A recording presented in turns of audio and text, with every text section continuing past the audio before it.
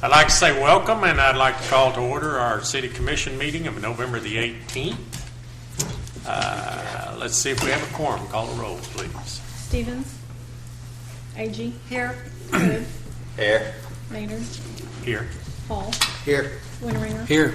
Smith.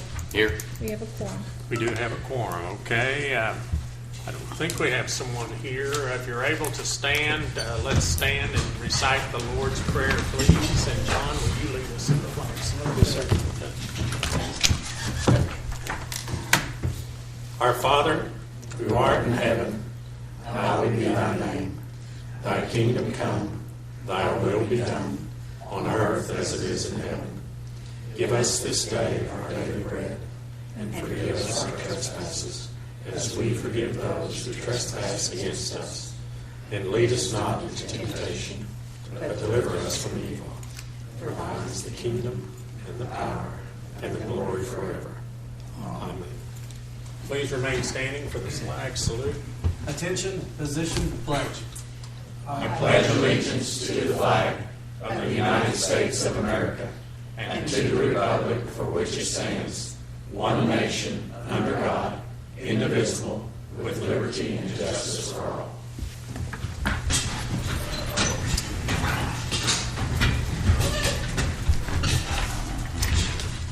The chair will entertain a motion for consider approval of the agenda. So moved. Second. Have a motion, a second.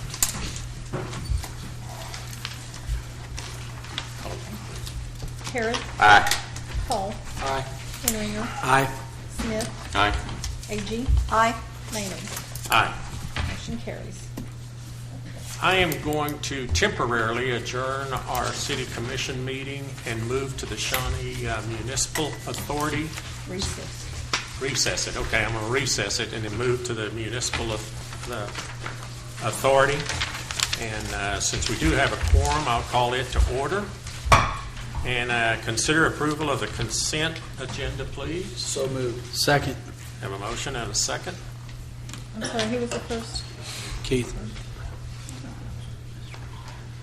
Okay. Call the roll, please. Hall. Aye. Winteringer. Aye. Smith. Aye. Agee. Aye. Harris. Aye. Maynard. Aye. Motion carries. ready? Item number 2 is presentation on fluoride by HDR Engineering.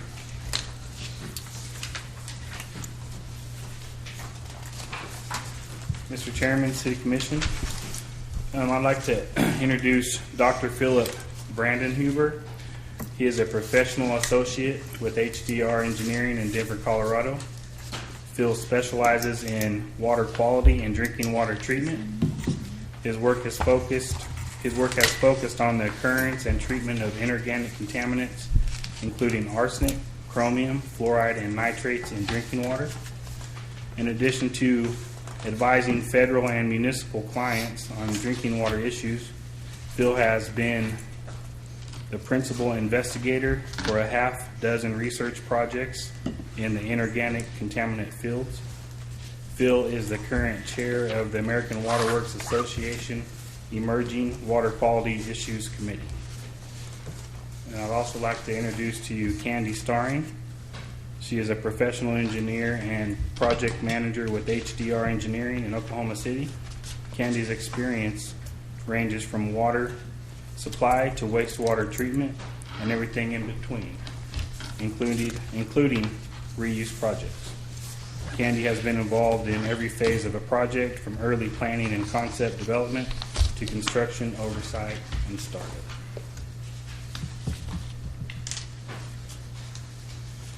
With that said, I'll start the presentation and give you guys a little bit of background on the Shawnee Water Treatment Plant. And then I'll hand it off to Phil and he can take it from there. So the fluoridation feasibility for the Shawnee Water Treatment Plant, and then tonight's agenda for that will be Shawnee's fluoridation background. You guys will hear a little bit about regulatory background, the fluoride trends, the feasibility, the alternative rankings, staff perspective, and recommendations. In 1980, when the new water treatment plant was put online, fluoridation was being utilized at that time. In 1999, Shawnee fell out of compliance with the disinfection byproduct rule, and there was a consent order filed by DEQ. Prior to 2003, there was allegations by the water treatment plant staff regarding safety of fluoride. In 2003, the water treatment plant switched from a powdered form of fluoride to the liquid form of fluoride. And then in 2005, there was a big hurricane in the Gulf that damaged the refinery that supplied the fluoride to the city of Shawnee. After that hurricane, we could no longer get the fluoride, so the supply stopped. And then the plant used up what fluoride it had on hand, and then in 2006, September of 2006, Shawnee Water Treatment Plant stopped fluoridation. So from 2006, from 1999, I guess I got to turn this slide.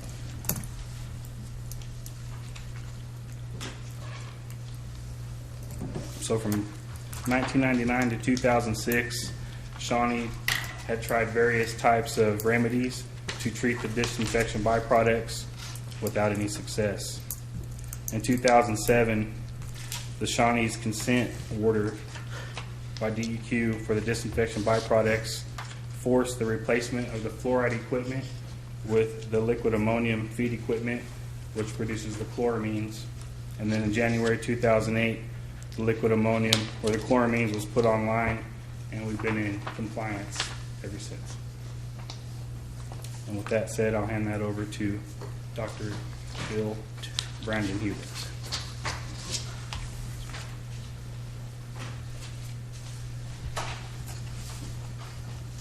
Good evening. Again, my name is Phil Brandiger from HDR in Denver, and we have quite a bit of information to present tonight, so maybe if you could give us a little bit of guidance if you're giving you not enough detail or too much detail, and we can go from there. But I'd like to talk a little bit of some of the background in fluoridation, what other utilities use, what other utilities do, why potentially you would want to fluoridate, and some of the arguments against that.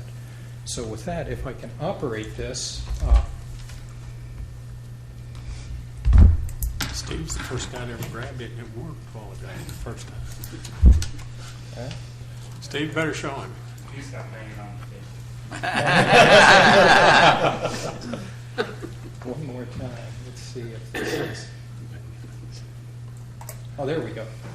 There we go. I'd just like to start out, and I think something to be very clear is had an opportunity to look at where the utility sits right now relative to regulatory issues.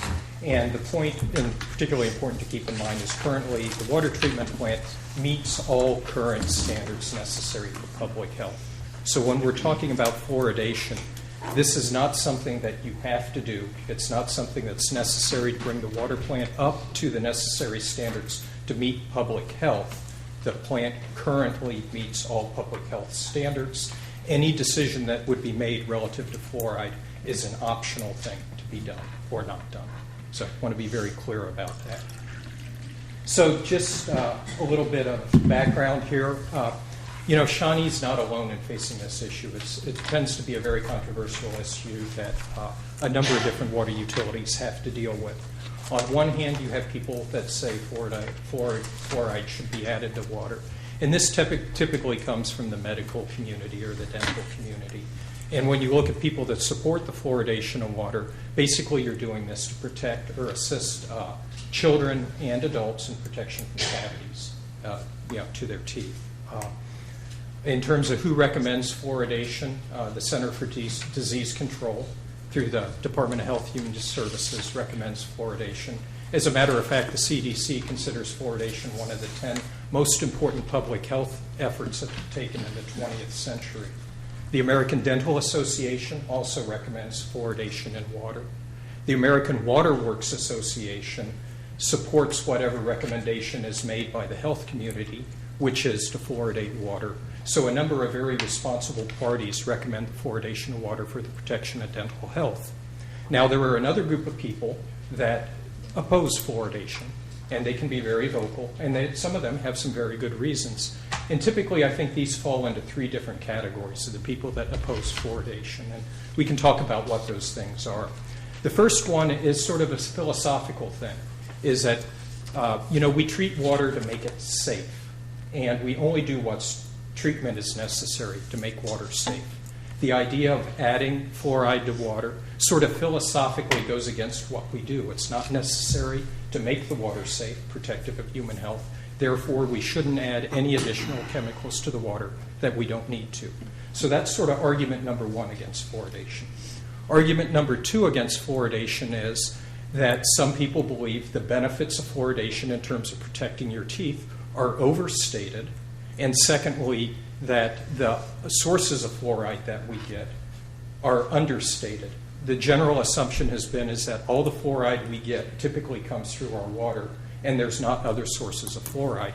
And as we'll see later in the discussion, there have been research studies that have shown that we do get fluoride from other sources. So the second group here is the benefits are overstated, and we're also exposed to more fluoride than we think we are. Therefore, it isn't necessary to add fluoride to water. That's the second group against that.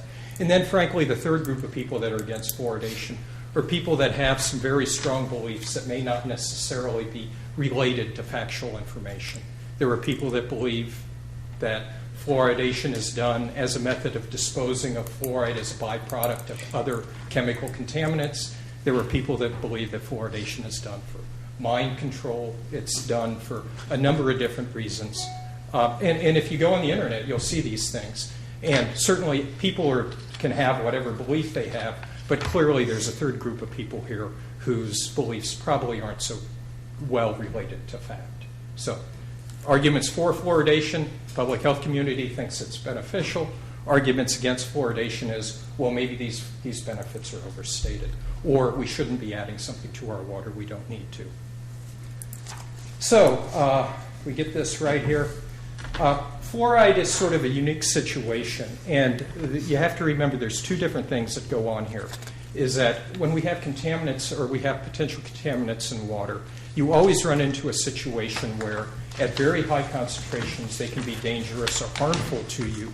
At low concentrations they may not, and in fact they may be beneficial. And fluoride is very unique that it sort of falls into this situation where clearly if you have too much fluoride in your water, that's not a good situation and there can be adverse health effects. If you have just enough fluoride in your water, again, the medical community believes that this provides protection to particularly children for dental health. From a regulatory point of view, there's two different agencies and two different philosophies that are driving this. And it's important when you look at the debate about do you fluoridate or not to understand where things are coming from.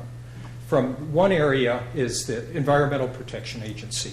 And their position or their responsibility is to regulate fluoride as a contaminant to make sure that you don't have too much in your water, enough that it's dangerous to your health. And they establish specific regulations for how much is too much.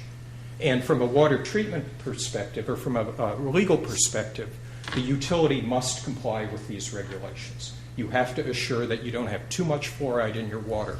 Now, the situation in your case is that you're not anywhere near these limits, so this is not really the situation you're dealing with. The second is the Department of Health and Human Services through the Centers for Disease Control, and they're interested in promoting public health. So what they're trying to do is recommend what is the appropriate amount of fluoride that will give you the maximum benefit in terms of dental health.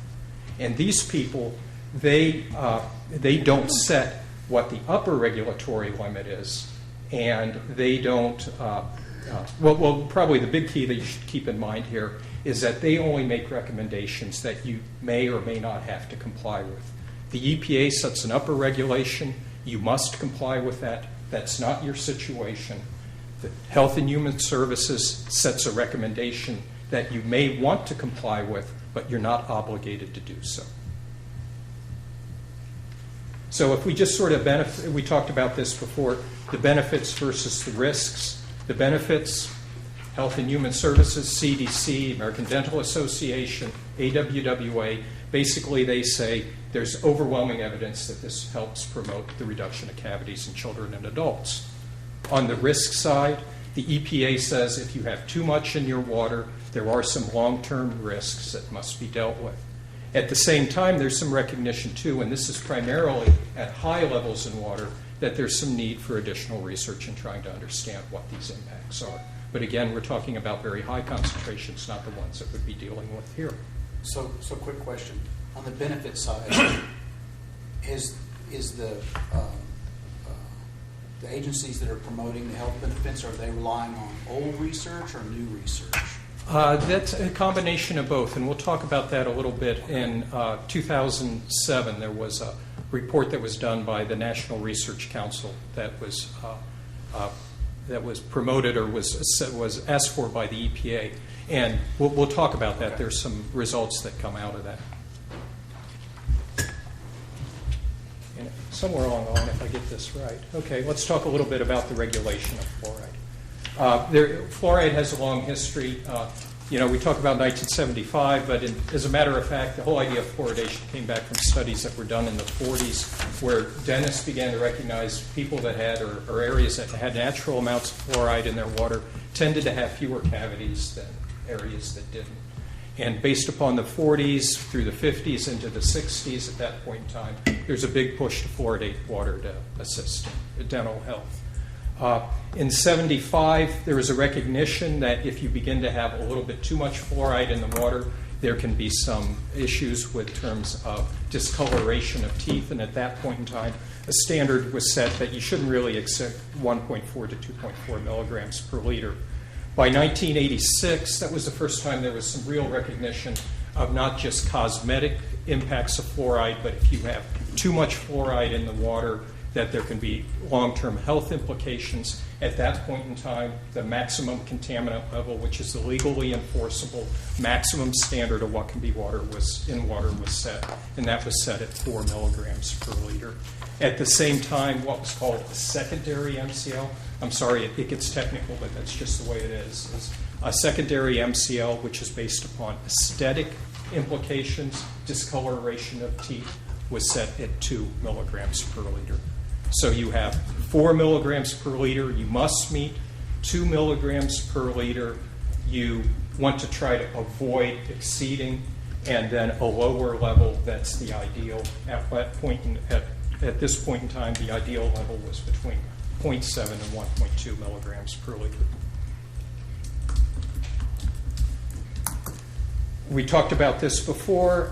In 2003, there was the EPA asked the National Research Council to go back and revisit the information on fluoride. And in particular, the concerns there were as A, that there could be additional health effects that weren't considered, and B, recognition that maybe there's more fluoride exposure to fluoride than beyond drinking water. And this is particularly because of differences in dental practices, because fluoride is now in toothpaste. Maybe the amount of fluoride that you were exposed to is greater than what we thought. In 2006, I'm sorry I misspoke before I said 2007, 2006, the National Research Council came back and basically said that the MCL of 4 milligrams per liter probably is inadequate and should be lowered. Also, the big thing that it pointed out was that we're exposed to more fluoride than what we think we are, or what the initial standards were set at, and that EPA needs to go back and revisit the exposure to make sure that the health level is protective enough of the public. Just on this, when you're reviewing, what is that on the right side, the picture on the right side at the bottom? What is that supposed to be? Oh, two things that can go on is if you have too much fluoride in the water, discoloration of teeth. And then on the right side, there are some concerns that you can have skeletal impacts of having too much. So those are leg? Yeah, I think it's supposed to be legs.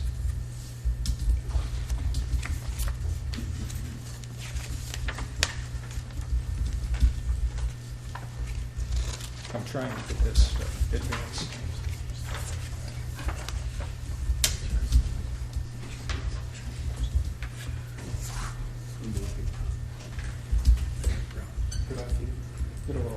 There it is. Oh, there we go. Okay. As we said before, now based upon the report that came from the National Research Council, the EPA has since gone back and done an assessment of fluoride occurrence. And basically what came out of this assessment is, in fact, we are exposed to more fluoride than just in drinking water, and that any standard that's set for fluoride should take into consideration there are other sources of fluoride.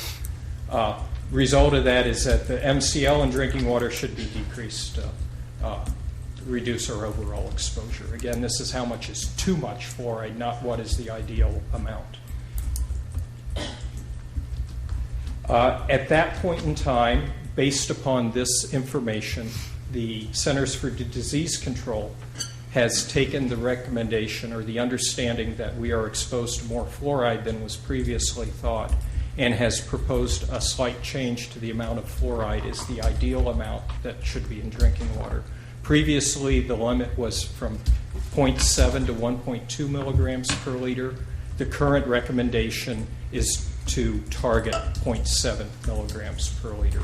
So the overall trend has been is both from a regulatory maximum amount and what's the ideal amount in water is to try to push this to lower levels. So previously you could be from 0.7 to 1.2 as an ideal level. Now the recommendation is to take that down to about 0.7.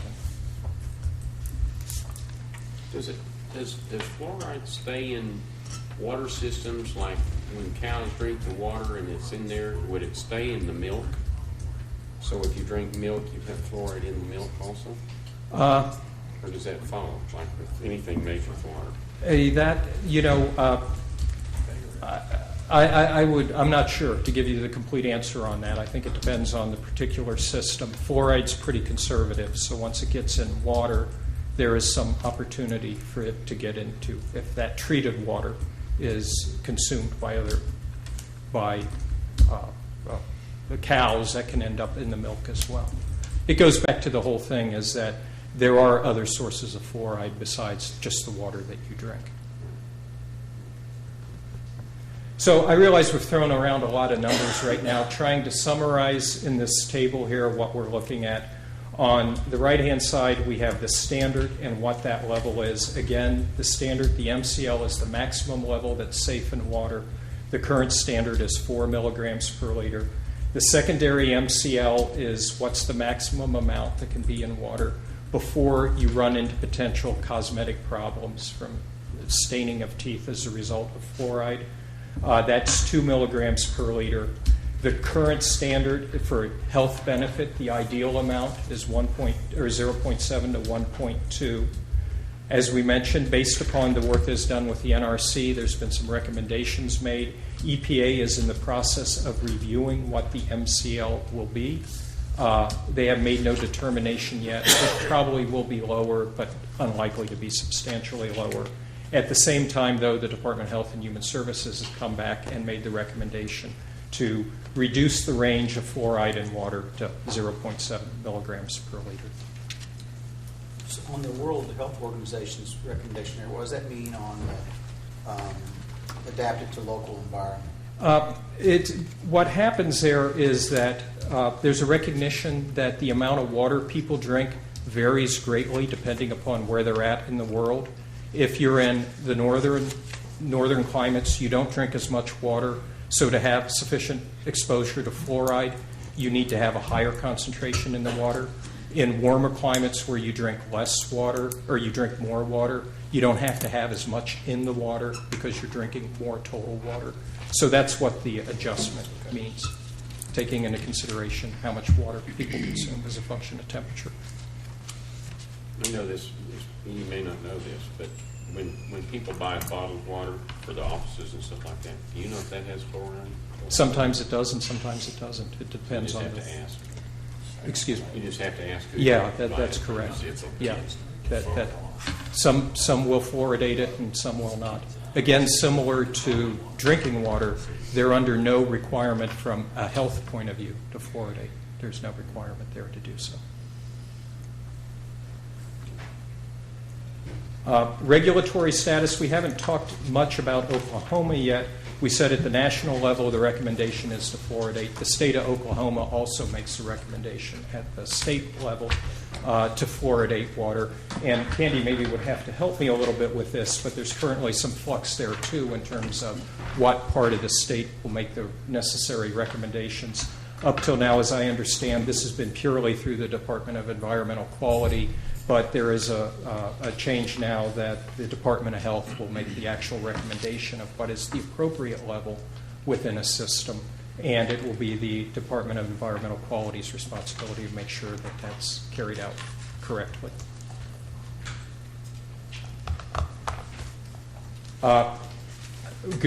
Talking specifically about Shawnee itself, there is some natural fluoride in the water, approximately 0.25 milligrams per liter. Again, an ideal level would be 0.7 currently is the thinking on that.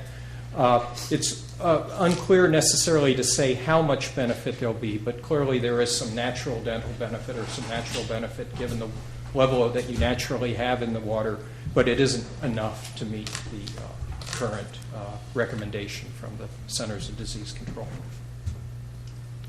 What we have here is, this is the American Dental Association, and this is just to give you a little bit of idea of the levels that you deal with typically with fluoride. And these are recommendations to dentists if water isn't fluoridated, at what level a dentist should try to supplement the amount of fluoride that a person would get if the water doesn't have enough fluoride in it naturally or hasn't been added. And I think you can see here there's some ranges where essentially if you get over 0.6, it is showing here that the guidance for the dental community is that no supplemental fluoride is necessary. However, if you get down in the level of about 0.3 milligrams per liter, the dental community feels pretty strong at all age, or most all ages, that at least some supplemental fluoride is necessary. So with that, I would like to talk about trends. This is information from various communities in the area. There is a website that is set up through the CDC, that's My Water's Fluoride, where you can look at the fluoride levels and drinking water systems throughout the United States. Shawnee is in there. In the previous years, generally as part of the Consumer Confidence Report, concentrations of about 0.3 milligrams per liter have been reported. Currently on the website, it shows the fluoride as being 0 milligrams per liter, which actually is an error on the website again.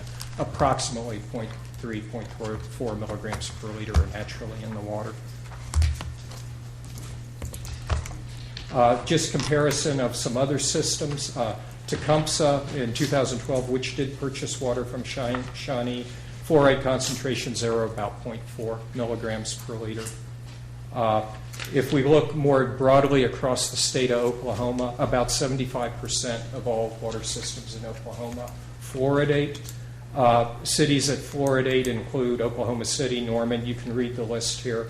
If we go nationally, recently the city of Portland, Oregon voted to fluoridate their water.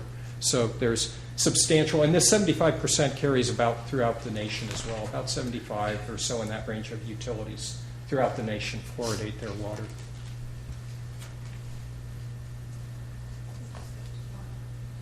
Yeah.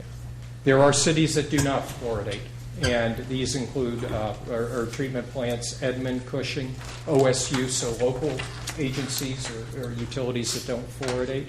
And there are larger cities throughout the United States that don't fluoridate as well. So, very broadly, the majority of systems do fluoridate, but there are a substantial number of systems that do not. Feasibility of adding fluoride to water, and I think if there aren't any questions, Candy was going to proceed with that. So one question, that the Dental Association's recommendation is based on the assumption that people, that the children and adults, I guess, are still drinking a lot of water straight from the tap. That's correct. Not drinking all pop or bottled water. Right. And that was, well, from the Dental Association, I'm not sure, and perhaps there's somebody from that agency or that group there that can respond to that.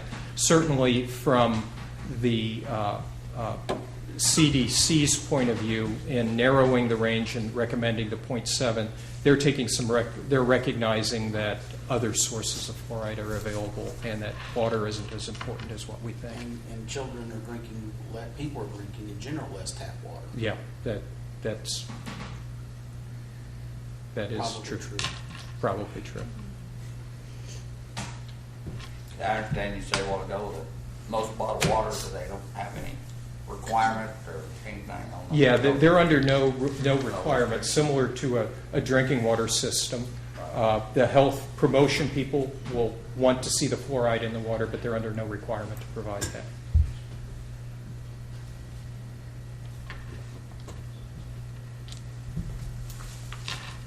Any other questions? I tell people that, but they don't believe me. They think they're the same thing as water source, the city water source. No, well, it depends on what the source is, but it's drinking water is regulated through the EPA. The water you get in like that from bottled water is regulated through the FDA, and they have similar but not identical regulations. The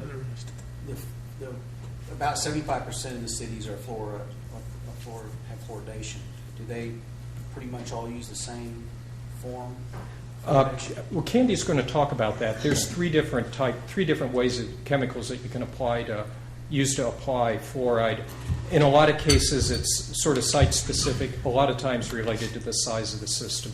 Typically, the larger the system gets, the more likely it is you're going to add fluoride in an acid form. But it depends on the amount that has to be added and the size of the system. Has there been an analysis of those cities that do have fluoride in the drinking water and those that don't, as far as cavities in children? Or? That'd be difficult. Yes, and I'm hesitant to go there in that there are many different studies out there, and typically what has been done is these studies have been consolidated into what you would call mega-analysis, and based upon this mega-analysis has been supportive of adding fluoride to water. But you will find studies where you don't see differences. You will see studies where in foreign countries that don't fluoridate, and you compare them to cavity rates in the United States, and they're approximately the same. So there is evidence across the board, or there is evidence in a number of different studies that conflicts. But when these studies are aggregated together and looking at the bulk of the evidence, I don't know what would be the appropriate way to say, it generally supports that fluoridation is beneficial to health, that it makes sense to do. Dental health. Dental health. And we want to be very clear because, again, there can be confusion between the maximum levels set by the EPA and the levels that are being recommended here. And frankly, a lot of times I believe people confuse the effects that you see at very high levels, and they try to carry those on to low levels, and that isn't the case. And I think we're all aware that, a little bit of something can be okay for you, and a lot of it can be bad. I mean, the extreme is a number of years ago, somebody drank so much water to win a game console, I don't know if you remember, that they killed themselves. And, you have to recognize that just because something's bad at a very high level doesn't necessarily mean it's bad at a low level. So is it your opinion that if you believe one way or the other, you could find enough sufficient evidence to argue a successful debate between adding more or adding less, which would be beneficial to either one? It's, well, the final recommendation will come through all of this, if I may, to the end of the presentation, is that this is probably something that you want to put in front of your community and have them make the decision. Clearly, in my opinion, I'm an engineer, not a health expert. In my opinion, the health people have put together enough studies to make it seem pretty overwhelming that it's beneficial. That doesn't mean that you necessarily have to do it. I mean, we have to make water safe to drink. The water is perfectly safe without the fluoride. So that's where, in my opinion, it crosses over more to an opinion and not necessarily something that has to be done. And community preference is probably the best way to go.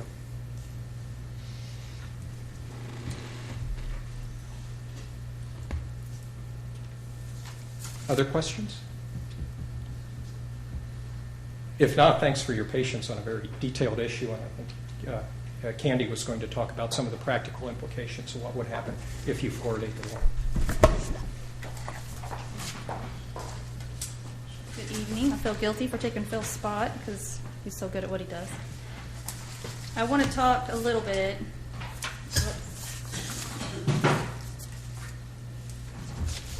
So if we turn our attention to whether or not, if we did add it at the site, at the water treatment plant, what would it look like? Where would we put it? How would we feed it? Those kinds of questions. We've got some concepts here to think about, and I went too far already, and I can't get it back up. But if you look on your handouts to the page before this one, the slide before the slide showing, there's about 3 spots we've kind of identified as potential areas for either a new building or to take over an existing building that's not being used and to retrofit it as a fluoride feed spot. There's in any existing facility where there's subsurface piping and vaults and things going on site, there's sometimes some complications, but they can all be overcome. And it's absolutely going to be feasible to start feeding fluoride. It used to be fed from the pipe gallery in the filter building, and we took over that space for liquid ammonia. So to do it again would mean we'd need a new place, since liquid ammonia is where the fluoride used to be. So the option 1 is to take over the old ozone building that is vacant right now. We could use that as a building to put the feed pumps and the piping and the controls and the like, and we could put a storage tank outside if we were doing liquid ammonia. And you'll notice on this slide that icon 2 is about the location where fluoride used to be fed, which is right at filtration. And for anything that we're bringing in bulk chemicals, we want easy access. And so all 3 of these that we've picked out of these site layouts, they all have easy access and maybe a small amount of drive or entrance, but for the most part, it'd be pretty easy for the truck to pull in and fill up a tank. Icon 3 is another option. The 2 options for feed locations are number 2 and number 3. Number 2 being the filter gallery, number 3 being post high service pump station, which is on the way to town. So that's the 2 places in all these. Option 2, site layout 2. We can build another building just east of where you have your chlorine system right now. And access to that is easy too. We do a new drive, but it'd be real simple, and we'd pull some lines down to either location 2 or 3, like we identified on site layout 1. And the third one,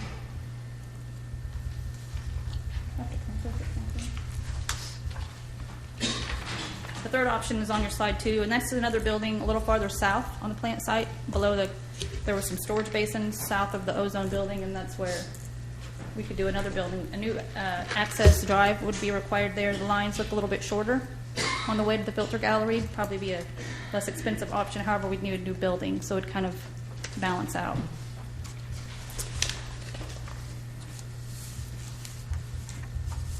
Okay, so this is a pretty tiny system, and when you think about tiny systems, it doesn't prorate down evenly. As in, if we put in a 1/2-inch line for this fluoride system versus somebody else putting in a 6-inch line for a much larger city, it's not a 1/12 of the cost or something. It's still, when you do really small systems, you spend a lot of the same wills, you still have your engineering, and you still have your contractor has to come to the site, you dig the same trench, all the same stuff, so it's usually more expensive per unit when you're doing smaller systems like this.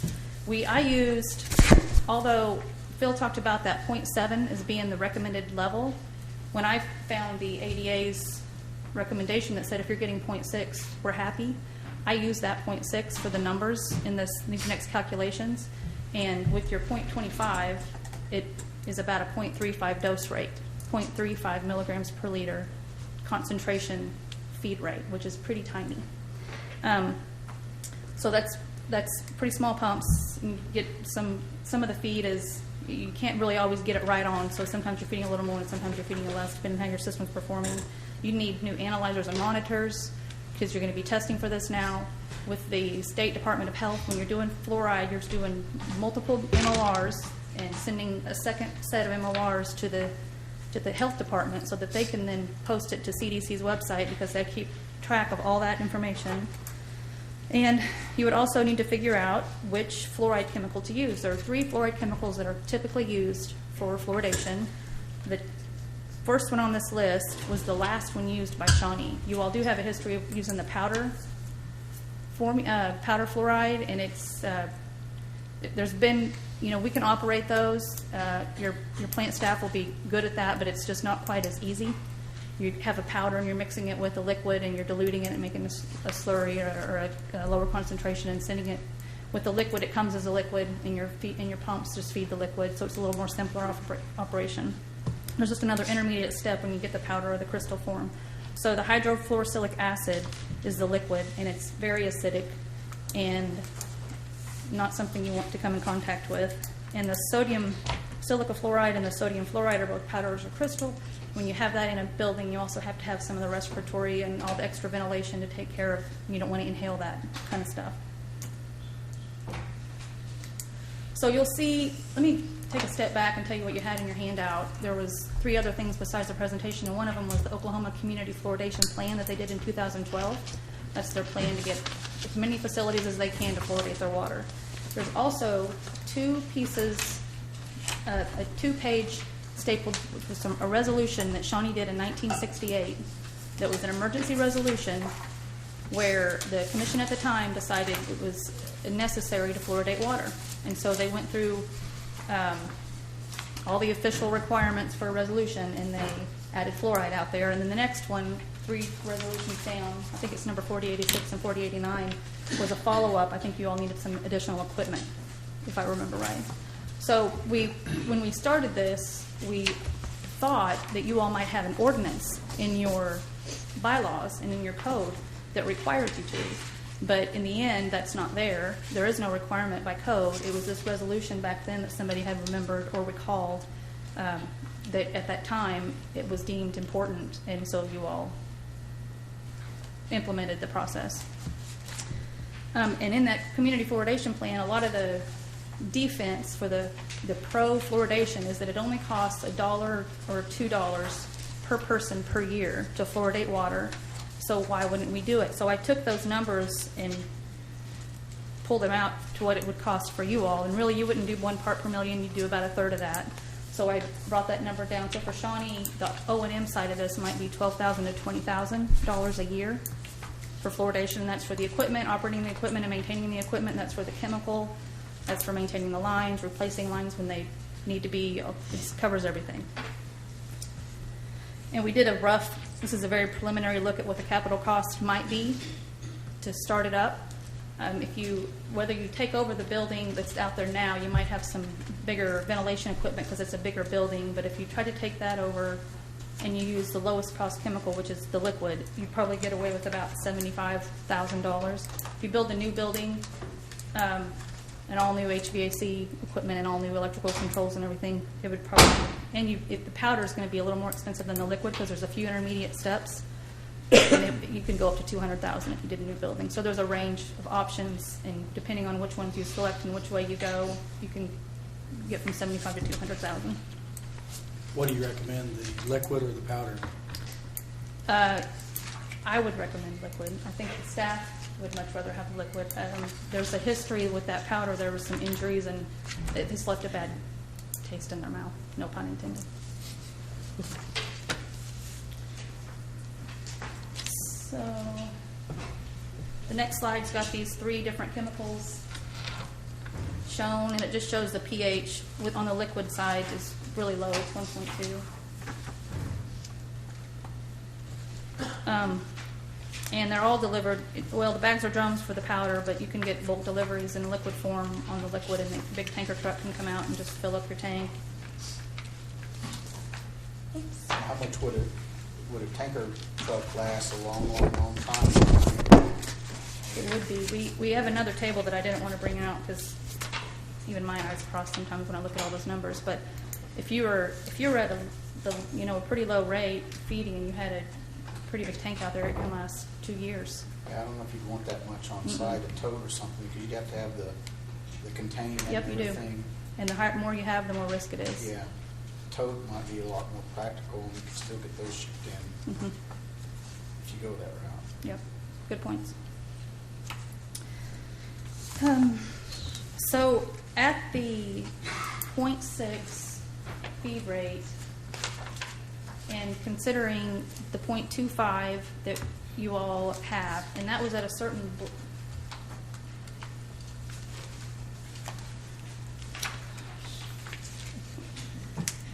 okay. assuming that we have to feed 0.35 milligrams per liter, and assuming you have an average of about 4.5 million gallons per day on an annual basis, we did a spreadsheet to show you about how much you're going to be feeding from as a bulk chemical. So on an average day with 0.35, it's going to be like 7.5 gallons a day. So if you can imagine what 7.5 gallons looks like on an average day, that's how much you're feeding to the entire town. So you can imagine how small the dose rate is going to be in that. And if it's the powder form, 22 pounds of that solid that you bring in, and that's, half a pound of big dog food. That's how I think about that. So it's just not a lot of chemical that's going to the water. But you have to make a slurry out of that powder, don't you? Yeah, you do. Yeah, you do.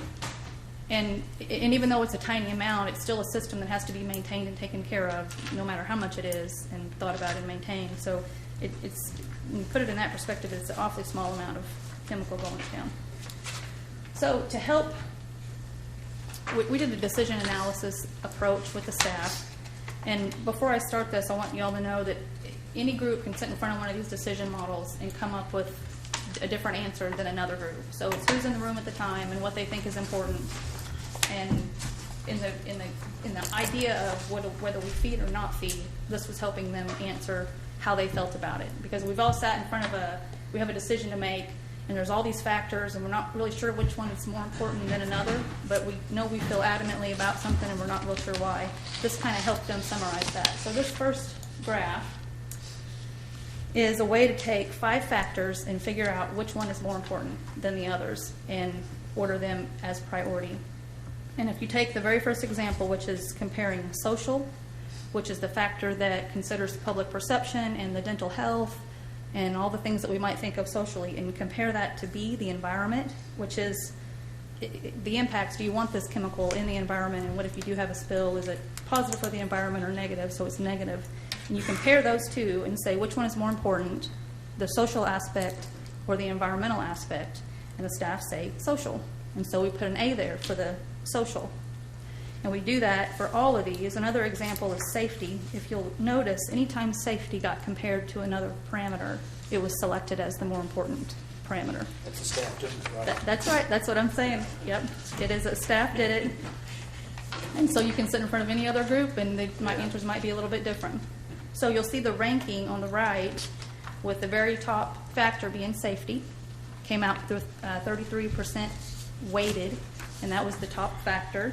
And then in order, the next important one is regulatory, then social, then environment, and then operations and maintenance. So we take that, and on the next slide, we have those same 5 factors: social, environment, safety, operations, maintenance, and regulatory. And disregarding now how much each factor is worth, we just rank the 2 alternatives we're talking about, fluoride versus not adding fluoride versus not feeding fluoride, and we compare them side by side and say which one do we think scores higher in that factor. So socially, the staff thought that feeding fluoride was better for the social environment.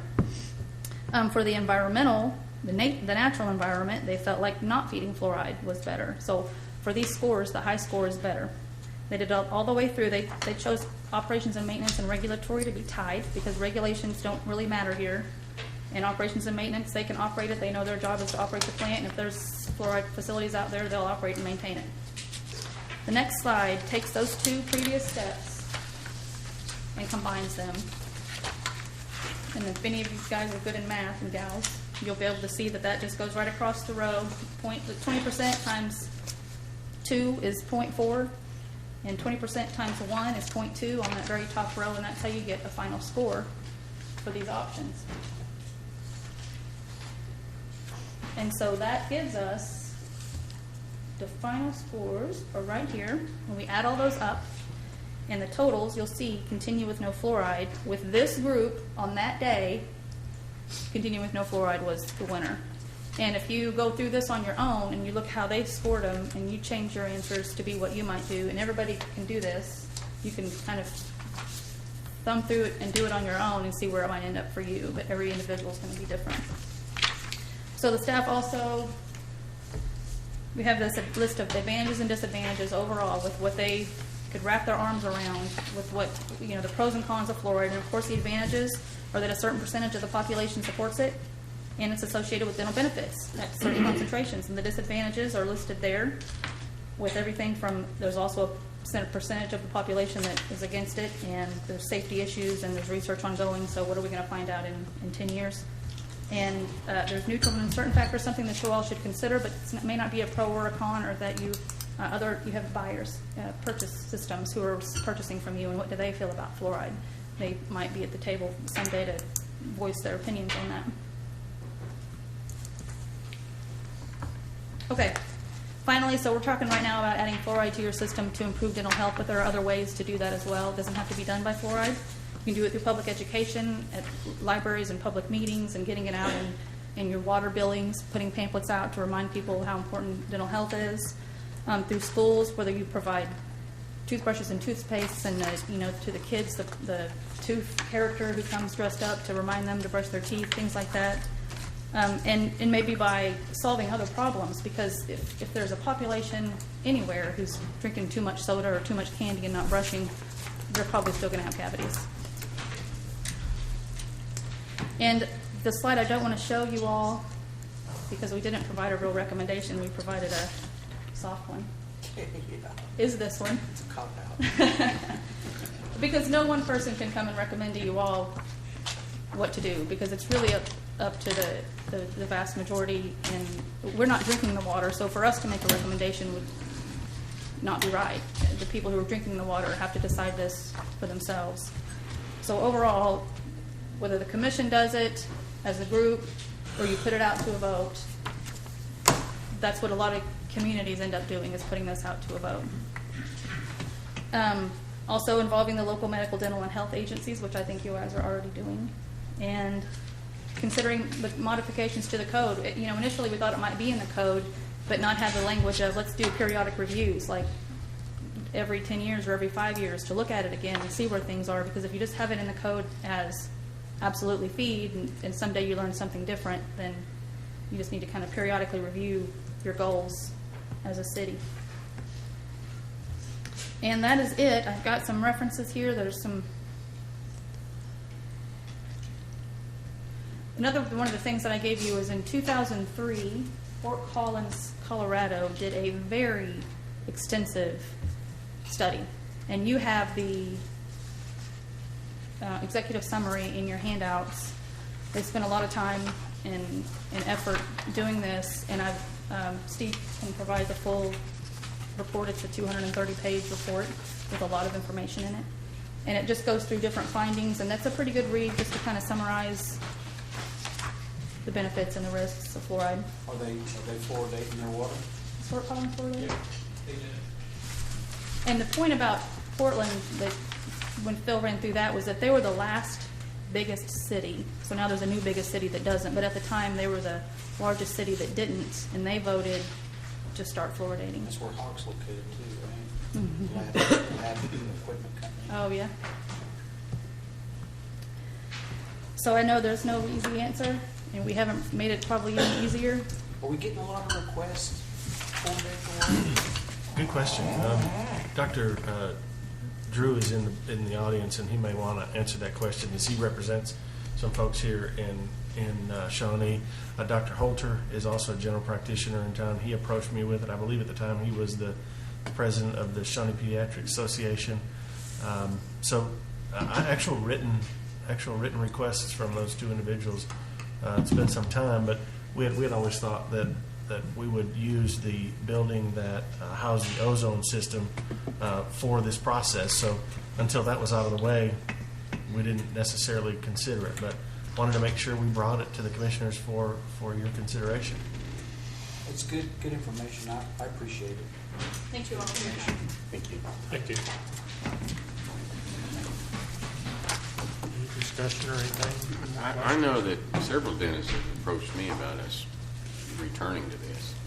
And the ones that approached me were more in favor of it than against it. So for whatever that matters. And maybe sometime in the future, some of them would like to come demonstrate that. I don't know. I guess the decision is it worth $60,000 a year? 30,000 residents, say it could be up to 20, if I read this right. $2 per person. Yeah. $2 per person, that's up to $60,000 a year.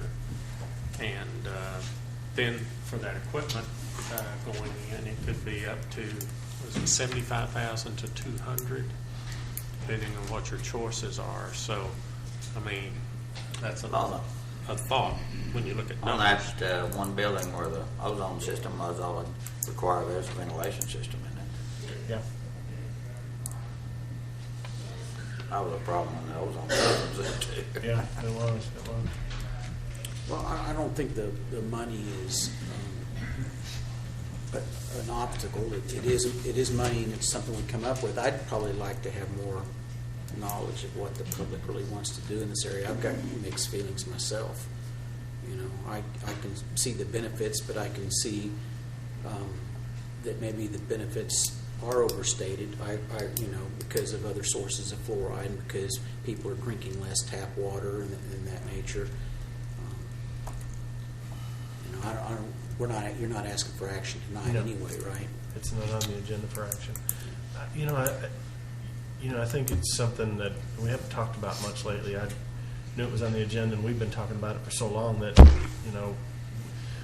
commissioners, I would just consider it. I mean, we can do anything from, you guys can make the decision yourselves. We can do some sort of hybrid decision where, we ask these experts to come to some town hall meetings and talk to our citizens about what that looks like, or we can go to the voters.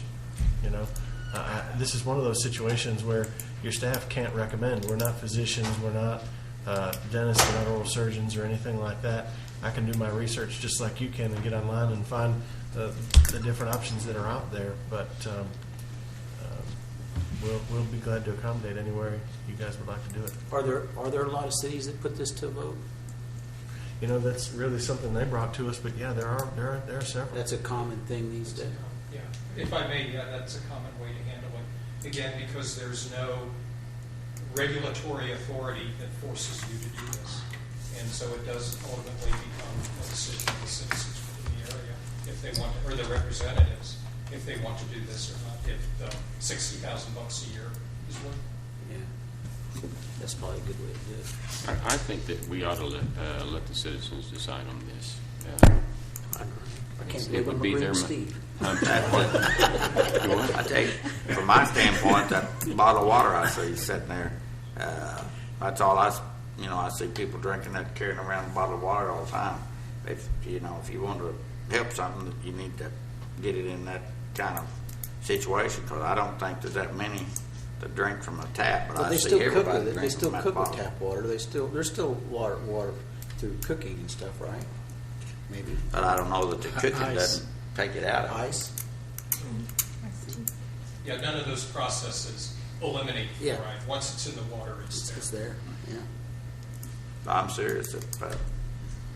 I see a lot of young people, especially, and Would people Sonic- around work and stuff like that. That's all they do. Would Sonic Ice change in my Dr. Pepper, you think? I don't think so. It's one of the 187 flavors available. Yeah. Well, 300,000. 300. It has a nice taste to it, fluoride. Very good. Appreciate the information. Thank you. Okay. Not being any further discussion on that, we'll move to item number 3. Any new business in the Shawnee No, Municipal sir, Authority? no new business or administrative report. Okay, I'll adjourn the Shawnee Municipal Authority and reconvene the Shawnee Commission meeting. I believe we're at item number 2 on the commission. Consider approval of the consent agenda. Did we know already? I don't think we did that, did we? No. I don't think we did. So the chair will entertain a motion to approve the consent agenda. Or So moved. Second.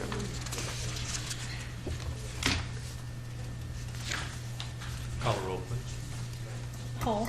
Aye. Harrod. Aye. Maynard. Aye. Waring. Aye. Smith. Aye. Agee. Aye. Motion carries.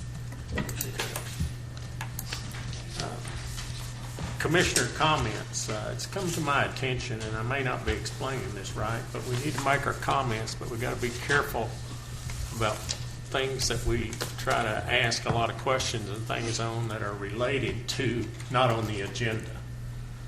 And I guess Marianne could probably explain that a little bit better to us, but we have to follow the agenda a little bit and not get off of it. And so, you want to enlighten us on that at this time so that Well, we... it's a combination of commissioner comments and administrative reports, but sometimes we drift into some substantive discussion and no one has any idea that we were going to be talking about that, or they might have come, or they might watch it on television and not just hear about it on the street and watch. I don't understand what he's talking about. Yeah, who's the guilty one here? All of us. Staff is just as guilty. We've talked about it. I've talked to other staff members about it. But really, the point of commissioner comments is kind of for y'all to ask for something to be on the next agenda, or show slides from your vacation or something like that. Give compliments to the staff. No, but to make those kinds of Yeah, comments, that's general it. comments, and not to really get into discussion amongst yourselves, but more to ask that something be brought back to you, or if you may have had a municipal experience during the last 2 weeks that you just want to report on. Can you say whoops? Yeah, whoops. Oops is what, Oops is what you say, so you need to keep us in line on that. Okay, please, ma'am, because sometimes we... It's unintentional. I know I it's understand, unintentional. but you just let us know, okay? Say oops or whatever you want to do. I'm not guilty of that, I know. So. Oh, no, never you. John, I was glad to see the Federal Street Bridge open. It sure is nice. And I know it's going to have to be blocked off again, but it's still nice. A lot of comments at the coffee shop this morning. I like it. Why? Because it has a sewer line running underneath it, or what? I mean, where No, we it doesn't getting? have any cracks in it. He'll drive over and fall. That's true. Oh, that was great. Whoops. I like the Winter Ringer Bridge, man. Rededication. Any other comments? I just have a comment. We have the holidays coming up, and everybody knows about Black Friday. But we also, the Saturday after Thanksgiving, there's the Small Business Saturday. So I want to remind everybody about that. We have a lot of small businesses here in town that spend a lot of their dollars supporting our community. So just keep that in mind when you're out shopping the weekend after Thanksgiving. So, John, when's the Christmas parade? December 5th, Yeah. Thursday night. 6:30. Is that right? I believe that's right. Cindy's shaking her head, so I guess that's right. I think the city's working on a big entry into that thing, aren't you, Cindy? In organizing it with Justin. Oh, and organize it with Justin. Oh, well, that's great. Uh-oh, you're in trouble. Any other comments? Okay, if no further comments, we'll move to citizens' participation. At this time, we have a 3-minute limit, but we encourage citizens here if they want to share some info with us or anything. Dr. Tarrant, I see you raising your hand. Do you need to go to the bathroom, or are you on speak? Oh, come on.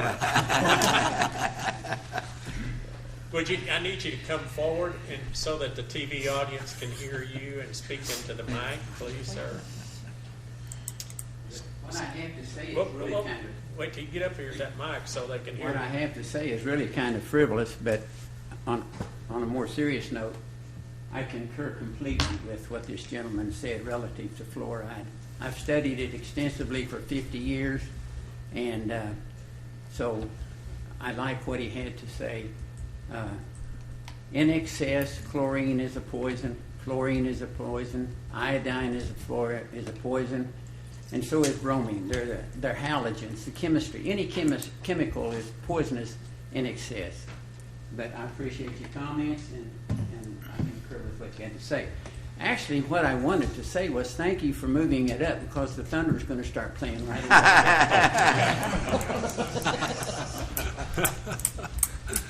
Any other citizens' comments? Okay, if not, we'll move to... you have a citizens' comment, okay. Now, We're going to have a hearing. We're going to have a hearing, on the taxi cab in a little bit. Don't you think, Mary Ann, that'd probably be best? If it's We'll have an opportunity. Yes, you'll have an opportunity to speak, and we'll give you a little bit more time than 3 minutes, okay? Okay, item number 5, presentation and progress report by the Municipal Pool Finance Committee regarding fundraising. Who's here to speak in this matter? Mr. Ayers? I'm John Ayers, as you know, Chairman of the Pool Committee, and you have a sheet of paper in front of you that kind of summarizes our fundraising efforts, which is what I'm here to talk about. I feel for a town the size of Shawnee, we've done an outstanding job. Thank you. In black, those are numbers that you've seen before, and that's the budget for the pool itself. And I'm just going to skip through that. You guys have approved through the city a $3 million budget on your part, with the total project being $4,233,200. We, with the pool committee, have gone out with the goal of raising $1,233,200, and that was quite an undertaking. And I think we can do it. And the only reason I think we can do it is because the pool project itself has kind of had some, we're behind schedule, let's put it that way. But that also is a good thing from a fundraising standpoint. It gives us more time to go out in the community and raise money. We're coming to a point where we pretty much tapped out the community, but we still feel, we had a pool committee a couple weeks ago, we still feel that we can come up with the additional amount. So just to summarize in red, the City of Shawnee, again, $3 million. The Avitas Foundation, we could not have done this without their cooperation. $616,600, and that is half of the $1.2 million. And I assure you, we couldn't have raised this kind of money without that. The key to this is a challenge grant. So we have to come up with that other half, $616,600. And that's what we're working very hard to do. And all our funds are going through the Shawnee Community Foundation. And they have, the checks that have come in equals $145,689. That's people that have actually paid and sent in their money. We have verbal commitments of $361,000. And I'm here to say that's pretty much a done deal. That money will be in. We've sent out letters. Some people just kind of been waiting. Like one of those checks coming in will be $100,000 from the Potawatomi Nation. Another one will be $50,000 from Potawatomi County. And those are assured things. We've just sent out letters for them to get the money in. So having said that, with some advertising expenses in the green, which I indicate, we advertise early on just to get the word out. I do have another ad running. It's going to be about $400, which isn't included in this. The News Star is going to have a special section. It's going to be mailed out to additional 10,000 households. So I kind of jumped on that and to get the word out again. I kind of put a stop to the advertising because we got some response, but I didn't want to spend the money that we're working so hard to get in. But to match the Avitas grant and to finish up our fundraising, we need $110,935. And I think we can do it, considering the schedule we have, going out to bid towards the end of December, correct? And then awarding the bid in February. So the funds need to be transferred to the city from the Shawnee Community Foundation prior to awarding the bid. And that's what we're going to do. And so essentially we have till the end of January to finish up our fundraising. And we have enough money for the pool, right? We do have enough money for the pool, not the parking area and all that other Yeah, stuff. we're treating this like two phases on the pool committee. We have enough money now to get going on the pool. And the parking lot, we budgeted $500,000. And one of our fundraisers, the Sarkey Foundation, we're shooting for $150,000 grant from them. That looks like it could be a doable thing. Well, we can't receive those funds till April. So, but that can go towards the parking lot and anything else, as we get going on the project. So the money's going to be there. But yeah, we have the money to get going as soon as the city wants to award the bid. We're still excited about it. We started this project October of 2012, I guess. And we've been working ever since. And we appreciate all that hard work, too. We really do. It's going to be nice. James has been working hard with with Water's Edge, the architect, and we've had some snags with the health department. What I mean by that is just them looking at the design. The diving well is kind of unusual. If you remember the picture, it's kind of offset from the actual lap lanes and the zero depth entry. And he was kind of hem-hawing on the design, but he couldn't show any law that says you can't do it this way. So we're kind of, James has been working with them, and I think those drawings are going to him here pretty quick for them to get to sign off on that. But it's been a fun project to work on. I know on the committee we feel honored to be doing it. John's on the committee as well. The mayor's keeping a whip on us. But anyway, have any questions in the pool? No, the press is here, and I'd like to say to everyone in the audience, and one of the commissioners handed me a check this evening. Whatever the check amount is, if it's $10, $50, we have to remember that it is a matching. And we're working hard to get some information going out in the water bills so that to encourage people, if they just want to send in $20 to the Shawnee Community Foundation. I said in the beginning I would love to have 10,000 people, or 20,000 people give $20 a piece. How much? We'd have the community support. So any donation of any amount is greatly appreciated. And it is tax deductible by the Shawnee Community Foundation. And all checks go to the Shawnee Community Foundation. And every time, whether an editorial comes out or we run an ad, we get some more donations in. We like to think that most people in Shawnee know about the pool, but one of our committee members, I think it was at church or something, brought the attention of somebody, and the next week we got a check for $37,500 from 5 family members. They divided it up, and that's what it equaled to. That was just a couple of weeks ago. So I know there's still money out there, but we're getting where we're kind of struggling to get this last amount in. But I know we can do it. Just we want to help the city. So. Good. Thank you very much. Any other questions of him or anything? Just keep on keeping on, John. Yeah, Thank you for the good work. Thank you. Thanks, John. Item number 6, consider approval of a revised preliminary plat for Belmont Park Addition located on the northeast corner of Acme and MacArthur. Case number S0713B, applicant Justin Raymer. Justin, do you have a report here, recommendation?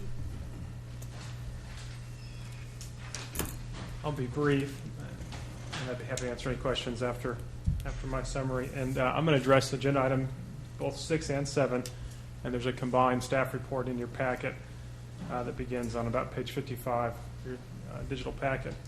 But on November 6th, the Planning Commission unanimously recommended approval of both the revised preliminary plat and the final plat for Belmont Park Addition Phase 2. This property is located at the northeast intersection of Acme Road and MacArthur. And Phase 1 was approved in 2012 and is currently under construction with some multifamily units. This proposal revises the previously approved preliminary plat, and it does so by creating 2 additional lots as well as creating a shared lot that will be used for stormwater detention for development of the entire site, which is a good thing overall, and that is part of the need for a revised preliminary plat. In terms of agenda item number 7, the request for approval of a final plat, this request is for a single lot located right at the MacArthur-Acme intersection, which would facilitate construction of a commercial building which will be used for office. And the proposed structure is about 2,400 square feet in size And the proposed lot is, I believe, just under an acre or thereabouts. Now, Justin, isn't there already dirt moved on there or something? I see dirt work on there. Yeah, they're allowed to do that before the plat is actually approved. Okay. That is Not correct. allowed to pour concrete or anything. Is that plat, I mean, what we see the dirt work for, is that for the big building that you're describing? It's for the 2,400 square foot office 2,400 structure. square foot. Yes, sir. Is that a metal building? I do not know. We have not approved the plans yet. Okay. So I do not know that. If it at this time. faces the road, you know It where I am. I know it's kind of progress on those other units up there has been kind of slow. So I just wanted, how far along are they? I How much think time they is that? You have any idea how much time they have left on the building permit? Applicant may be here, and they may be able to address that specifically. I don't know if he is or not, but they started out, I think, moving a little bit slower than we typically see, but it has been expedited more recently. So, I guess I didn't hear. Are you recommending 6 and 7? yes, sir. Staff is recommending, in concurrence with the Planning Commission recommendation, approval of agenda item number 6 and number 7. Are there any restrictions on that? There are 5 conditions, sir. Any questions, Justin? Okay, item number 6, we're still on. Chair will entertain a motion in that matter. I move that we approve the preliminary plat with including the 5 conditions as recommended by the Planning Commission. Second. Call a roll, please. Harrod. Aye. Hall. Aye. Winteringer. Aye. Smith. Aye. Agee. Aye. Maynard. Aye. Motion carries. Item number 7, consider approval of a final plat from Belmont Park Addiction located on the northeast corner of Acme and MacArthur. We have a recommendation by Justin that be approved. Chair will entertain a motion in that matter. I move we approve as recommended by staff. Second. Call the roll, please. Hall. Aye. Harrod. Aye. Maynard. Aye. Winteringer. Aye. Smith. Aye. Agee. Aye. Motion carries. Item number 8 is a public hearing and consideration of an ordinance modifying rules applicable to vehicles for hire taxi cabs contained within Chapter 8, Article X of the Shawnee Municipal Code. The public hearing, we're going to continue it right now from November the 4th. That it's still open. And Justin, we'd like to have your comments in this matter, please, sir.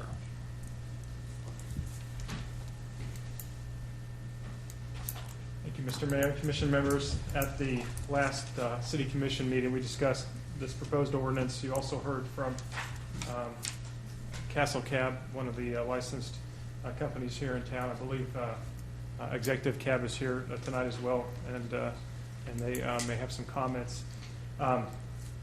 The ordinance before you is substantially similar to the one that you had at the last meeting.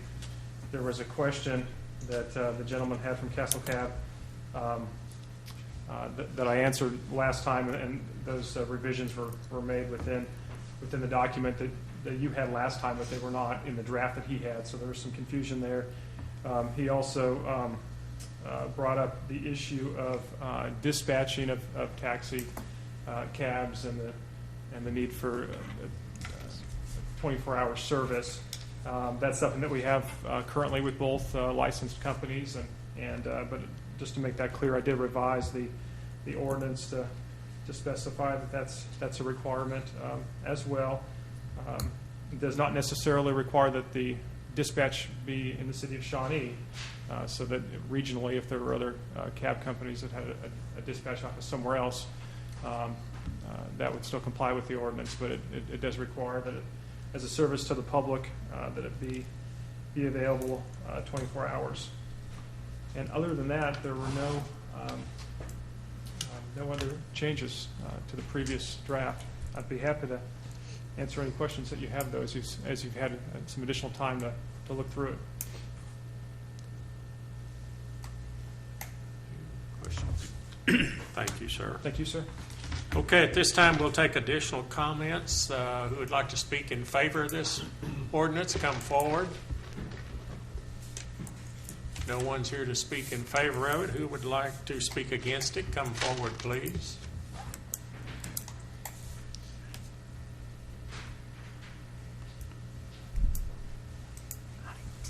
Be sure and state your name in there real loud for us. I am Gloria Wallace Hutchison. Got it? Okay. Am I loud enough? Yeah. Okay. That's for the TV audience, Okay. too. So. And it's not so much that I'm just totally against, or we are totally against the ordinance, but there are some things that we feel that are not so good for Shawnee. In the last commission meeting, Commissioner Stevens, she advised Justin Erickson to sit down with both cab owners and to make sure, this was a comment, make sure everyone's truly comfortable with what works for our city and what works for them. And our city, I believe, is made up of our community, the people that live here, and what works best for them. Them being, whether it's the people or the taxi companies that are involved. And Erickson agreed to speak with representatives from both Castle Cab and Executive Cab. And before Monday, tonight's meeting, we were not contacted, and it seemed as though that hasn't happened too much. I've made attempts, and I've called, and we've set up meetings. I've had meetings with the city manager and you, the mayor, and I've made calls. We don't so much get that same in return to set up meetings. But moving right along, we feel that the meters for the city of Shawnee, we're not a metropolitan area. We're not New York. We're not even Oklahoma City. Change is good, but you have to, Mayor, you've set in Bridges Out of Poverty training. Maybe some of you have. The majority of the population that we serve is poverty stricken. Taking a taxi across town, $20 a pop each way, and not being able to pay your water bill. You can't use an EBT card to pay a taxi fare. EBT card is a food stamp card. So I think we need to think of the city. Everyone's not fortunate to have a job as we have to make money or to own their own business. We just haven't arrived at that yet. So the poverty level here in Shawnee is pretty large. And if there are some meters, they've got to be knowledgeable about a meter. When it stops at a red light, it's still running. When it stops for emergency vehicle, it's still running. So that fare is increasing. And I'm not so much saying that we don't need an increase, because since we've served Shawnee the whole 10 years, we have not came to you and asked for an increase. It's time for an increase with the gas. I do agree for that. But just to bleed our community, not so good. Meters would cause a substantial increase in fares. I've had multiple complaints, and all I tell them is to call the city, because I cannot do anything about it alone. So I'm asking that we kind of look at that again.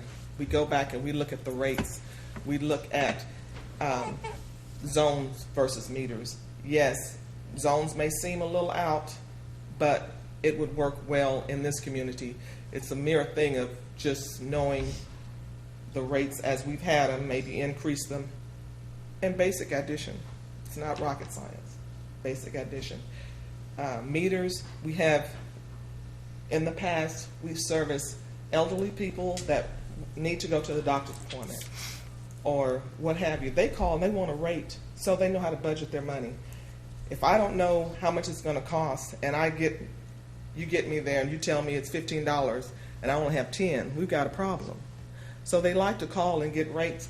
With meters, you will not be able to do that. Those elderly women that need to go to their appointments at St. Anthony's, they won't be able to call. If they need to go somewhere else, but this has happened year after year after year. So I'm not the meters. I think we need to go back and look at that again, just because of the city of Shawnee, the population of which we serve. We don't serve a lot of people that make $20 an hour. And if we do, it's probably on a special occasion or a little walking not too straight. But those meters, that's the main thing that I have a problem with in serving our community. And I must agree with Commissioner Stevens when she said we need to see what works, not just what looks good or what's everything new. You know, we want to bring something new to the table just because it looks new, it looks good, it's shiny. Everything that glitters is not gold. So I think we need to step back and look at what works best for our city. Thank you for your time. I have a question before you leave. What do you see the rate would go up? How much? If you went to a meter, I heard you say it runs at the stoplight, but let's say to go to St. Anthony's from our current rate, from say City Hall here to if it was metered, what it would approximately go up in your opinion? Metered? I'd have to calculate the distance, and as that meter runs. Well, you said it's going to go up substantially. I would just what does the word substantially mean? If you've got 25, let's just say 25 cents every 26 seconds, and the distance from here to the hospital. I don't know the exact distance from here to the hospital. Would you happen to know? And the time and the time it takes, if you'd have to judge the time. So if you've got, is it going to double? You think the rate would double? Or more, probably. It depends on the route that the individual takes as well. I travel on business all the time, and I'm probably in a cab at least 4 days a week. Where? Different cities. Yeah, okay. Granted, they're bigger cities, but they're in cities. But almost every case, if I've ever asked a taxi cab driver, how much is it going to cost to go from here to there, wherever, they always tell me, if I don't run into any traffic, it's going to be this much. If I run into traffic, it may be as much as this much. And they're always within that range. I mean, it's just, unless there's a wreck or something like that that's really unusual, they hit it. They're pretty good.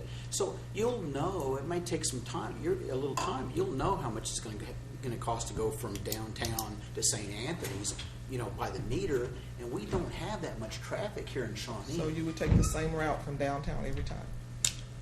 Depending on where you go, but yeah, you're going to know pretty much. It doesn't vary that much. I wouldn't think. I'm not a taxi cab driver, but I'm in a taxi cab 4 days a week. I pay taxis all the time. Now, meters are pretty standard. Now, I go to places that have rates too, a zone from airports typically to downtown. They'll say, it's a flat fee, whatever. It's a zone, right? They have the same thing, the same type of thing, but they still have meters in the cab for when you're not going from like the airport out to someplace. It's pretty common.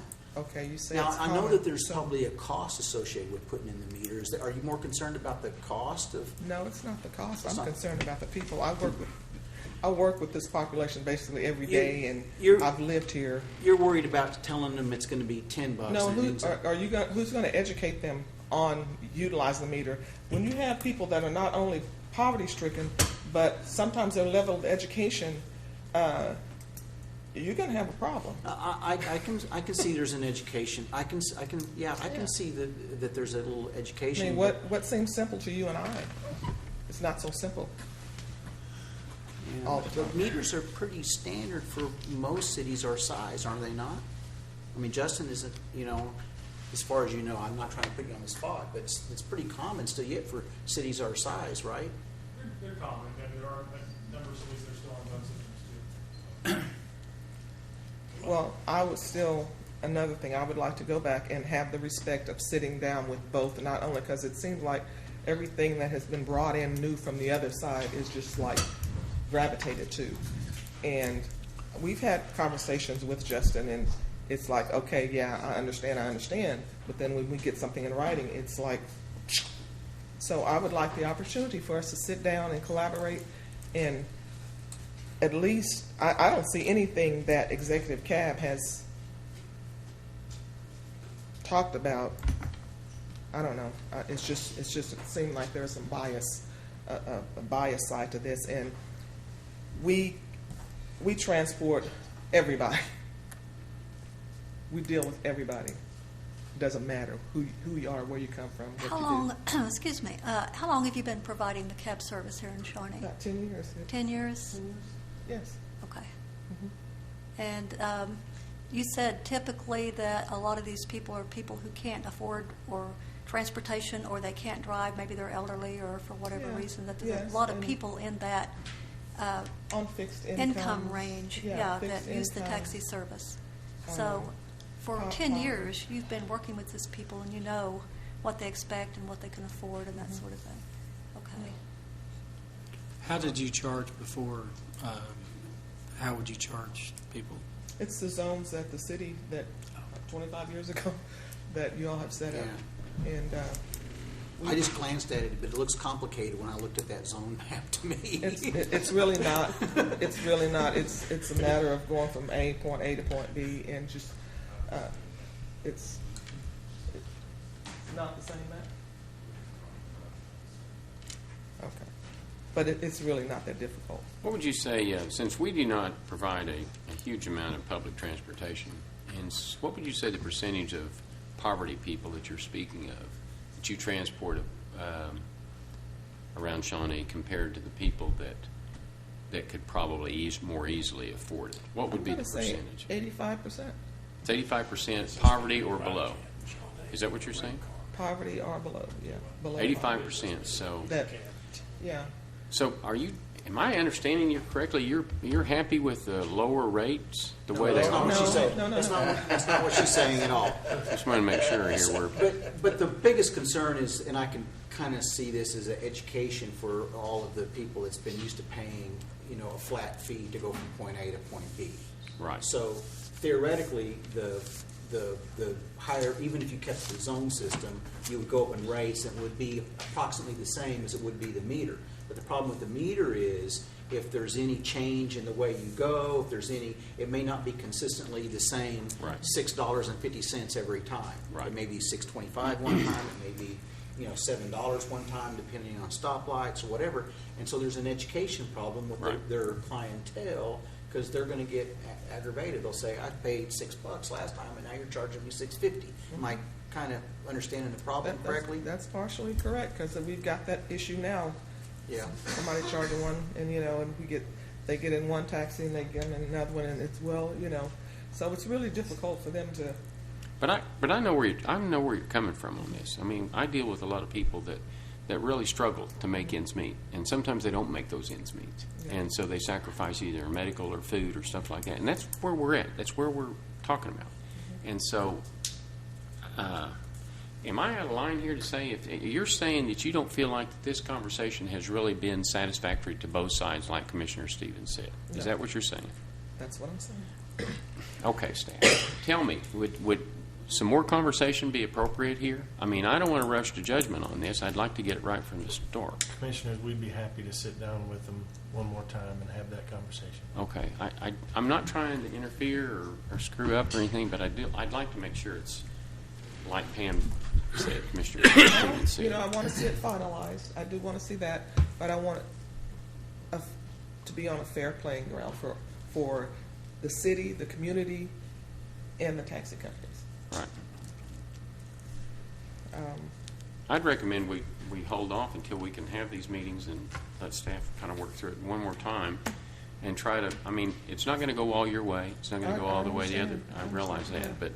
But if we could get it, obviously you're here because you care about it and you've been with us 10 years and you want to make sure it's done right. We transported people when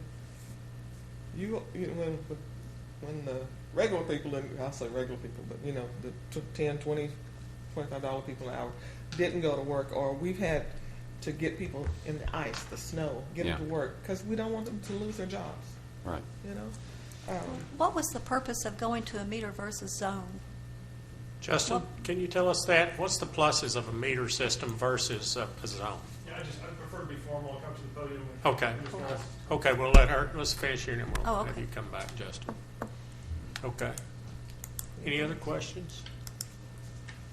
Okay. Thank you so very for your much. time. Okay. Well, we have a new cab company that came in here, and all of a sudden we're changing the rules. I'd be happy to address a few things, and staff has no objection to deferring on this ordinance either. There has been a lot of discussion. The first initial draft went out on June 20th. We solicited comments from both licensed taxi cabs. As Ms. Wallace stated, there was a period of time where we scheduled meetings and either I had to cancel or they had to cancel, so we didn't end up meeting until October 18th. October 18th, they expressed to me their desire to keep the zone system. They also expressed their desire that the existing fee structure they felt was too low, and they asked me to look at that as well. With that in mind, there were a couple of key changes that were made to the ordinance that's before you that is directly a result of that conversation that I had with them on October 18th. That includes the allowance for individual cab companies to set their rate structure every year concurrent with their licensing, which is how the majority of other cities handle it in the state. And I did that to address their concern about rates being overly expensive. Therefore, if they voluntarily wanted to set a rate structure that was lower than the other cab company in town or in the region, they could certainly do that. So that was a significant change that was made. Also discussed at that meeting was the fact that the current zone system is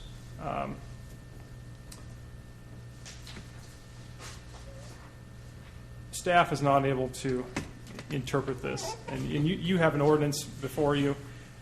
None of the interpretive knowledge of this is codified.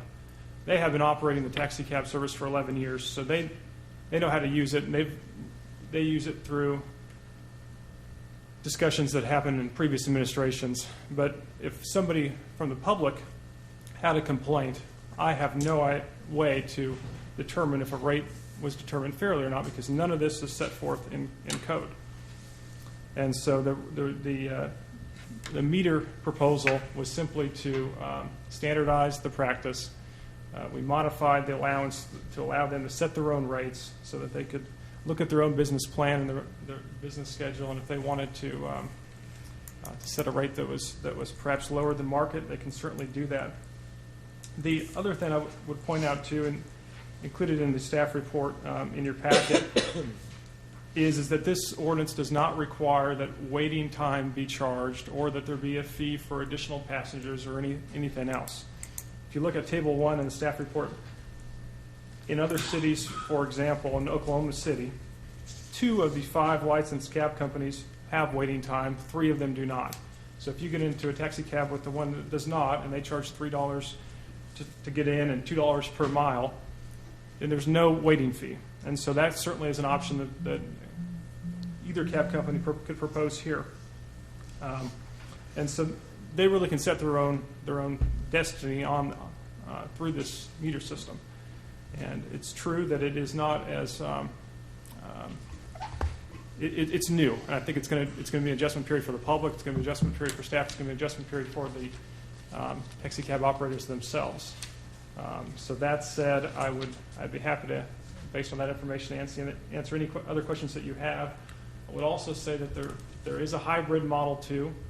The city of Midwest City allows for taxi cab companies to propose to set a rate structure based on either a meter system or a zone system.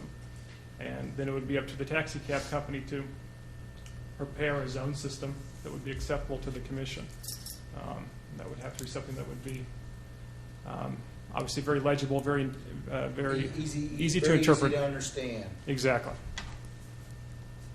So Let me see if I understood what you said. In other words, both taxi cab companies do not have to charge the same rate. One can say, I'm not going to charge for waiting time, and one says, I'm going to charge for waiting time. So it's up to the cab companies. There's flexibility in that matter. Now, I see you shaking your head back there. Is that not a true statement, sir? Do you understand it that way? Well, and everybody has to abide by it. But that's not the way. That's not the way this ours city was is. written, though. Yeah, no. That's not the way that Justin had drafted the ordinance. That portion is the same as it was in November 4th. Okay. Other questions?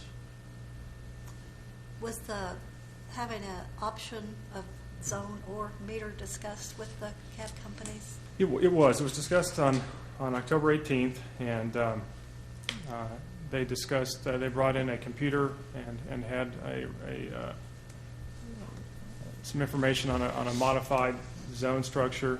I believe that was either entirely new or modified from the current one.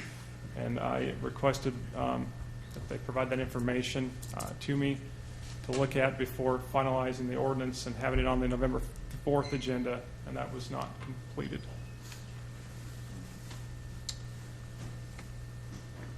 Other discussion? I can appreciate where they're coming from about the number of people that we have. You know, most of the people in this city don't use a cab for business. It's mostly for necessities. You don't have a car or whatever it might be. And so, what is any other comments before I close this hearing, or? My only other comment is that I do think it's an education thing, but a meter is a pretty simple way of doing it too, right? It's once you get used to it, it's pretty simple. The zoning, not necessarily against it. It's just the one that we have now is so complicated. I tried to look at it and I didn't understand it. So, it needs to be something that's fairly simple, like a meter. Even if it is a zone method, it needs to be real simple and easy to interpret. I guess my concern is how comparable is the zone system to the meter for the same trip? I mean, it sounds like that Right. it could be higher, but I don't know. And I don't know. It could be lower, but it could be lower. It's however they set, whatever they want to establish the per mile basis. I didn't understand that as I read this, Yes, sir. that there is flexibility in the two companies setting their rates. I just always thought in cities it was standard. Everybody was the same rate. There's been a big push lately to kind of deregulate the industry, and just like the city doesn't set prices for really any other entity, there's been for example, in Oklahoma City, there's the five that we surveyed, all 5 companies have a different fee structure. So what you're saying is the meter could be set so that it would be comparable for the same trip under the current zone system? Is that what you're saying? That is what I'm saying, yeah. And Approximately. Yeah, and Okay. theoretically, the zone system, that would be relatively easy to translate, because the zone system is probably roughly based on some type of fee per mile. And so that would just... Okay. That clears up a lot for me. I didn't understand the flexibility in it. I think another option for the commission too is given the time frame and the cost to put in the meter and to educate the public, we could also look at an effective date that maybe pushes this out just a little bit further. Well, what is your recommendation on that? The ordinance was written to take into effect January 1st, sir. January, is that far enough out? March 1st. No, I don't know. I'm just asking. Do you feel that's comfortable, January 1st? In other words, if you're going carries? to go back and revisit this, you need some more time before this takes effect. Is that what you're saying? I mean, if we revisit it, certainly. If you don't make a decision tonight, then I think January 1st would be too soon of an implementation date. What would you recommend for an implementation if we don't do it tonight? What would be comfortable for all parties? I would make a recommendation at the next time that this matter was discussed. Okay. Well, I'd like to see us revisit it one more time. I'm not trying to beat this thing up. I'm not. I'm really not. But I would like to make sure everybody's trying to be on the same page as much as possible, and not to. I know you're. I'm not trying to be critical at all. I just want to make sure everything's as good as it can be. Mr. City Manager, any input here, sir? You know, at the end of the day, the reason when Justin and I and Mary Ann sat down to talk about the meter system, we understood the way that the ratings were and the cab companies would set their rates and all that. At the end of the day, if any of these fares ever need to end up in municipal court, we needed some sort of way that was standard and consistent to be able to say, if you're going, say, from City Hall Mayor to the mall, this is how much it costs to get in the car, and this is how much it costs when you get there. And if any one of us does it, it should be roughly the same cost. And that's at the end of the day why we went this route. But we would be happy to talk with Gloria and I'm Larry. not sure what more talking is going to do after I've heard this option that they can set their rates. Maybe, can I look back there and ask you, are you comfortable with that the rates can be set by you? You understand that? I'm sorry, I can't hear you. So he's saying is that, in other words, on the meter, you don't have to charge the same rate as the other company if you want to get it close. I'm sorry, could you come forward and answer that, or have your... He doesn't see that's an advantage for anybody. Well, I just kind of hate to kick the can down the road. We need to kind of decide what to do. Have we had a lot of municipal complaints where somebody feels like they've been overcharged? Have we had that? No. Sure. Come up. Would you come up here so we can hear you? I'm hard of hearing. I'm just going to say this. We get complaints all the time. And like I said, because I can't do anything about it, I have referred these people to call. And I mentioned that. Now, whether they call or not, they may get fearful, and I don't want to deal with the city. About the current system? About the other company, because evidently, now, we're doing zones as we've done in the past. When the new company came in, if someone's not able to understand that zone, how are they charging? So we get a lot of complaints about the other company charging someone $15 or $17 just to go from here to Walmart one way. So how are they charging?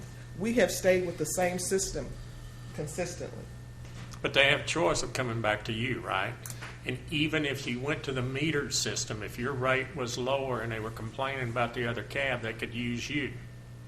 Sounds to me like that'd be good for your business.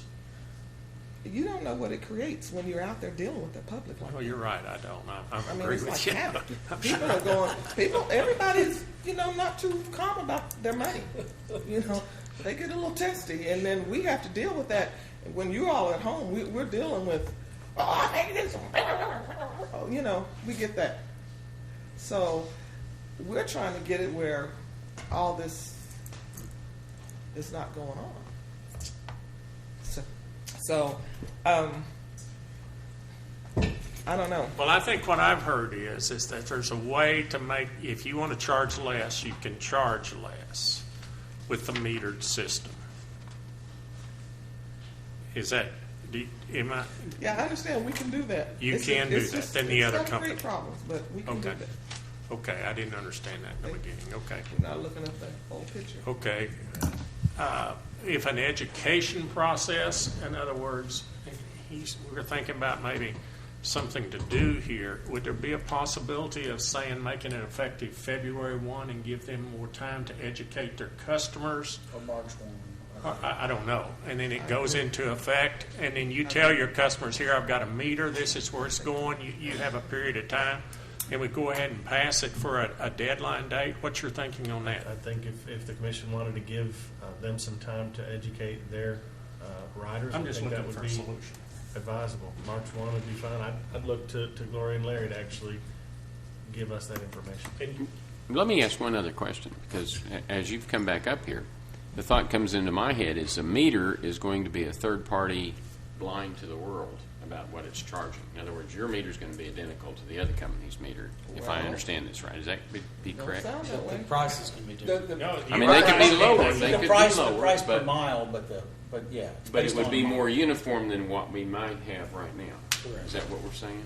Well, I have to educate my people in my business where rules change, companies change, things go up. I mean, that's just a matter of life if you're in business. But I do understand at the type of clientele that you're mainly dealing with, 85% of the time, is going to have some situations to where they understand it better and know where they're at. Okay. I understand that. Well, we do appreciate the service you have in our community, and we want to work with you and everybody in this community. So thank you so much for your input. Okay, not any more comments in this matter? Well, we have, the public hearing's still open. I know. So, I haven't closed it. Before anybody, before we get too far down the road, if you want to continue it for more information or whatever, we still probably need to leave the public hearing open. But if you just, if you want to go on and maybe direct staff and have it come back in that way, we just need to kind of make a decision about Can this we public move it hearing. to, let's say, the commission, and I don't know what, Or- everybody, can we move the date to, say, March 1st, Sure. effective date, Whenever- in when you with this consider right the here? ordinance, absolutely. When we can, so, When okay. if you want to go forward and discuss, pass the ordinance tonight, you can fix To the give them time effective for date. education and all that. Well, I think I'm kind of hearing that. Am I? So, okay, then I'm going to close the public hearing, okay? The chair will entertain a motion at this time, in this I'd matter. like to make a motion that we approve the ordinance subject to a effective date of March 1st of 2014 to allow for better education of our public as to know what changes have been made in the ordinance. Okay, we have a motion on the floor. Do I have a second?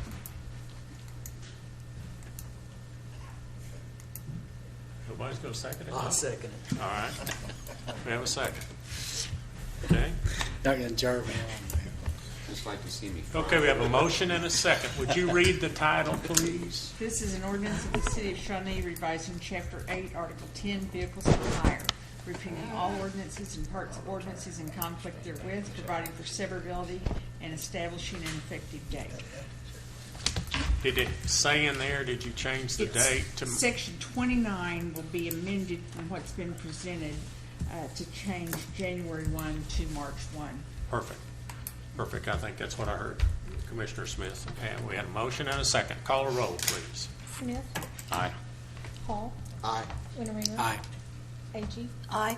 Harrod. Aye. Maynard. Aye. Motion carries. Item number 9.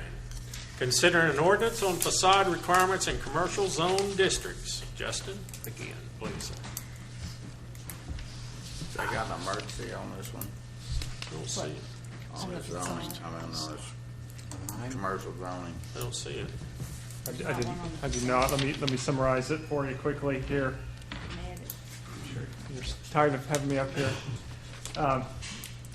In concurrence with, in accordance with our discussion on November 4th, staff has prepared a ordinance establishing design standards that require facade treatments on street-facing facades in commercial zoning districts only.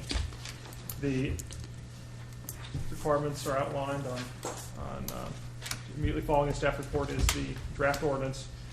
The relatively simple ordinance that consists of 5 provisions requires that 60% of the facade be constructed to include masonry material, with the exception of the downtown district, which requires 80%. It does make it clear that metal roofs are permitted, and coated aluminum siding may be used to cover clapboards on existing buildings only.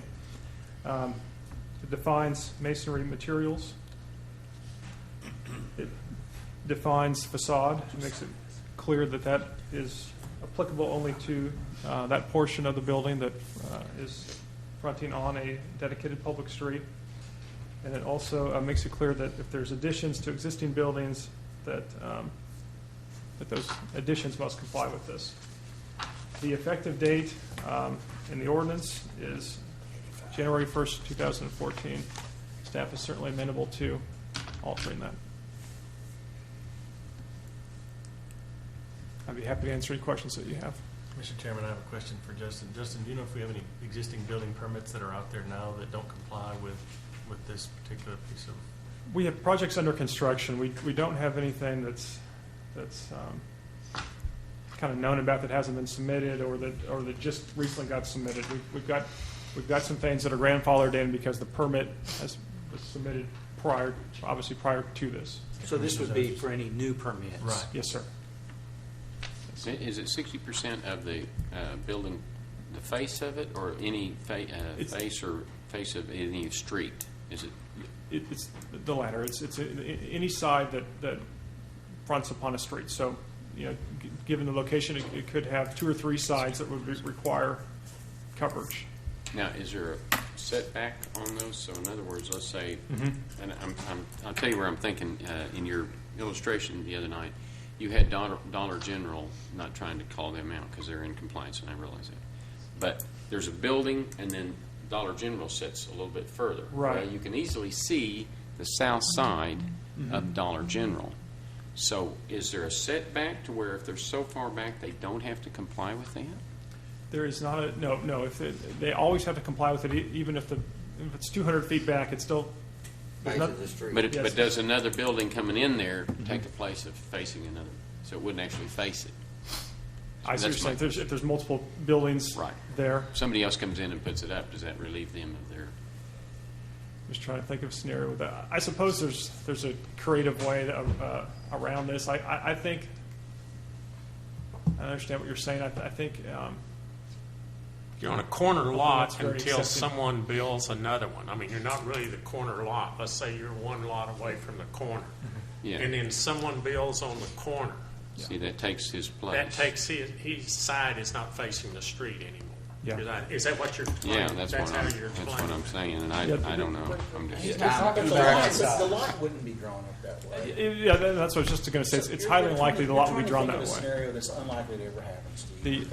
I'm not trying to cause problems. lots- No, you just clarified. But I mean, I can understand what guys says. Well, look, I don't even own this. Well, somebody else comes in and buys it. They're going to put it up, but I have to do the west side or the south side. Yeah, and the visibility isn't the issue. It's that it still On the fronts. street. And you're saying 60%? Yeah.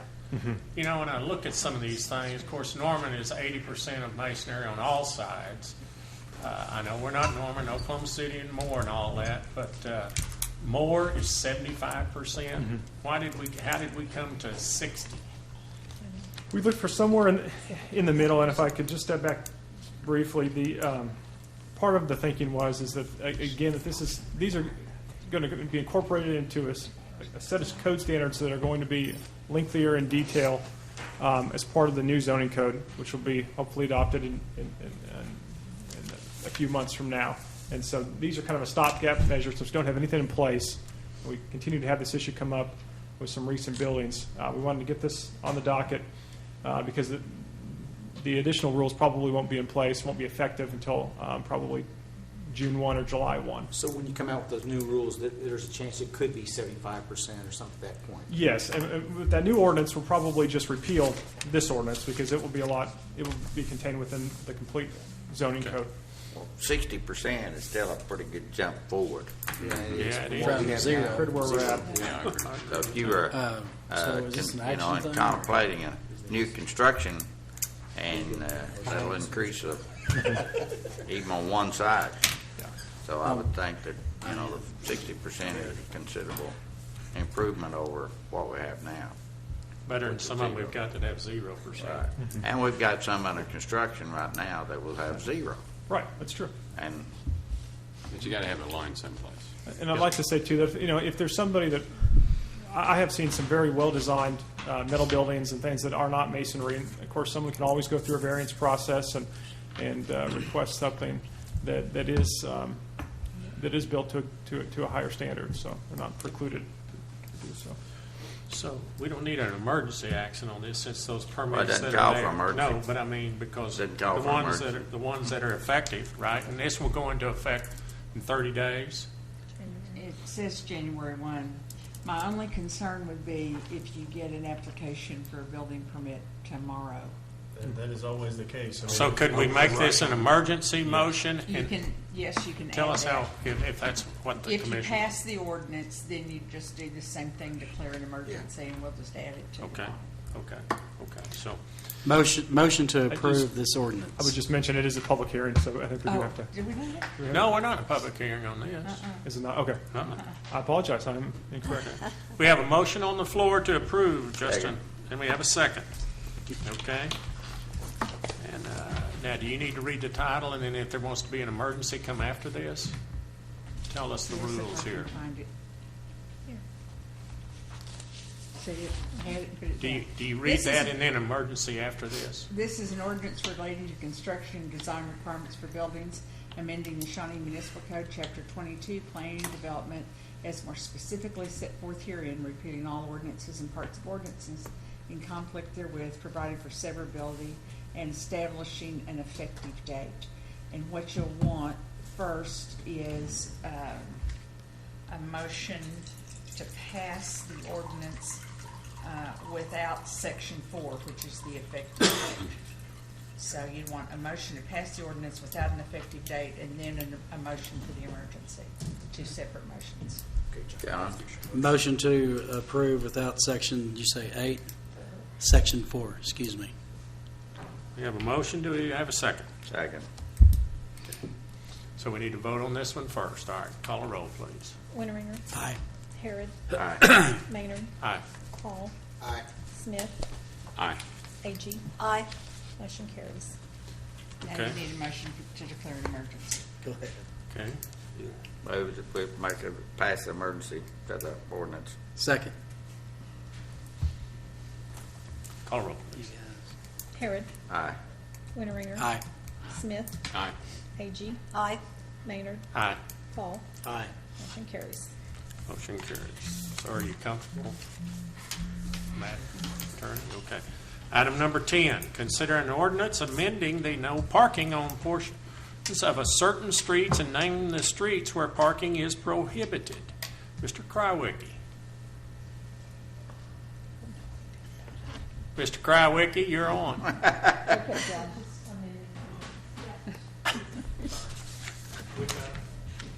Can you tell us Yeah, the what's the score? score? What's the score, obviously?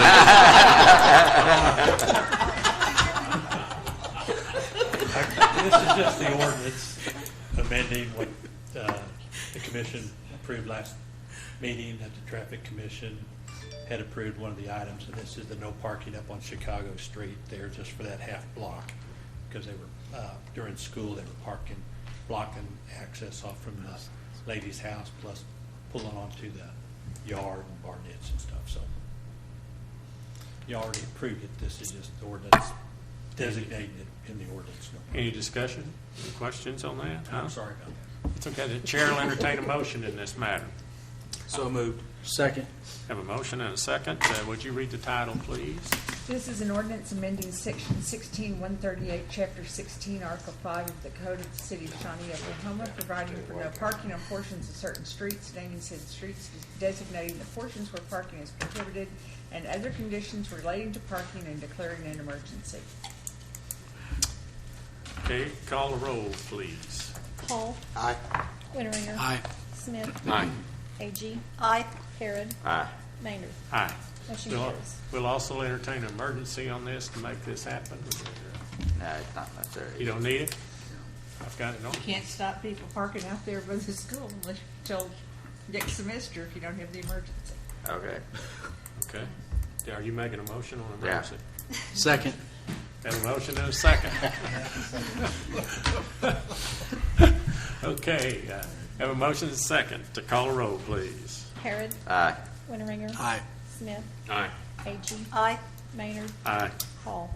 Aye. Motion carries. Please keep me out there tomorrow riding tickets.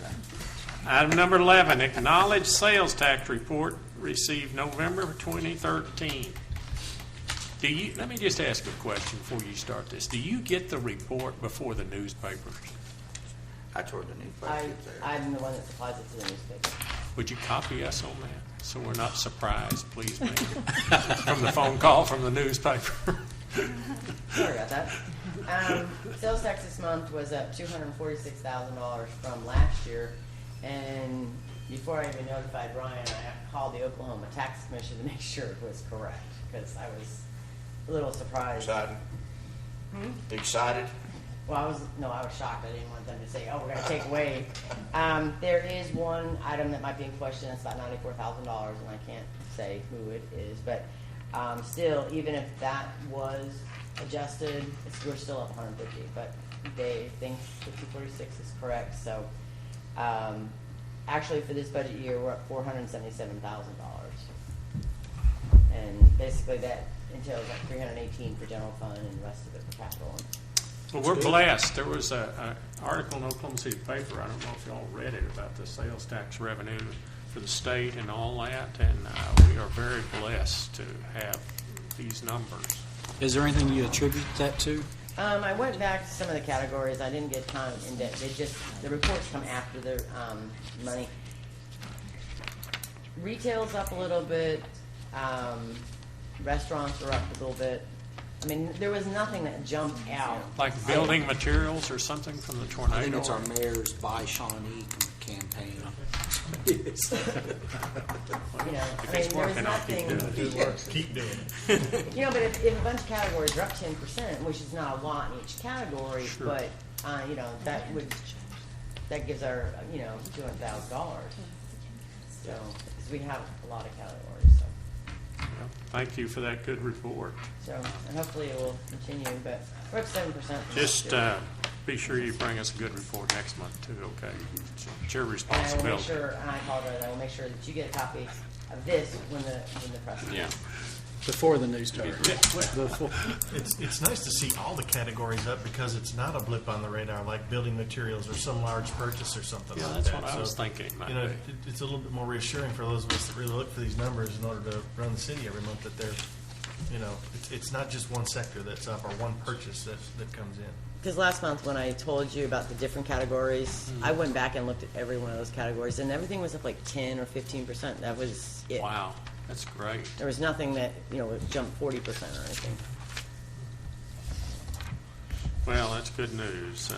Item number 12, city manager's report. Thank you, Mr. Mayor. Just a few things. I'll try to be brief. Tim and I attended the International Council of Shopping Centers in Dallas a couple of weeks ago.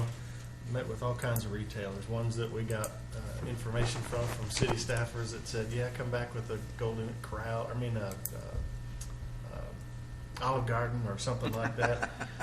We're probably a little bit far from being an Olive Garden, but there are some real good things on the horizon. Met with the owners of Hunt Properties that are looking at some of that development of that property near the mall. So coming real close to getting some of those things put together. Genghis Grill, Papa Murphy's Pizza, and then it's a good opportunity to meet some of the property owners that are looking to fill their shopping centers in Shawnee. So the owner of Del Plaza Shopping Center and our mall were there also. So we talked about opportunities and some of the things that they're working on and try and marry those two retailers and the developers and property owners together. It's a good. You remember that it's about $3,000. We put together a booth. It's called the Oklahoma Opportunities Booth, and there are 9 cities that get together and do this. So we bring the retailers and we bring the builders and we bring the property owners all together at one place, and we meet with them. It's an intense 2 or 3 day period, but it's real worthwhile for us. Fiber and communications has really come up a lot lately.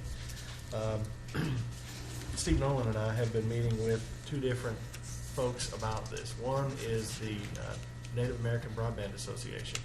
I think I may have mentioned this before, and it just seems like it's crawling along at a slow pace, but the state put fiber, 440 pair down all the interstates and some of the turnpikes and things like that. Schools have kind of, and it was primarily for the schools, and that's kind of the governor's mantra was to put that in. We got a grant from the federal government, we put it in, and it's for schools and education. They haven't quite figured out how to do it for the private sector, though. And they haven't figured out what rates to charge is what we're kind of finding out. What they've got out there basically now is something called dark fiber, which basically means it's not being used. There's plenty of capacity on it. And we're working with the Native American Broadband Association and potentially BCI, our new cable provider, to go the last mile. By that, there it is. It's out there in the interstate. It's our information highway. How do we get it to City Hall? How do we get it to the public works facility? How do we get it to the library? And then how do we get it to the private sector? So we're working with the Native American Broadband Association and BCI to kind of do that. We also toured, Steve and I did, BCI's new upgrades to the cable system.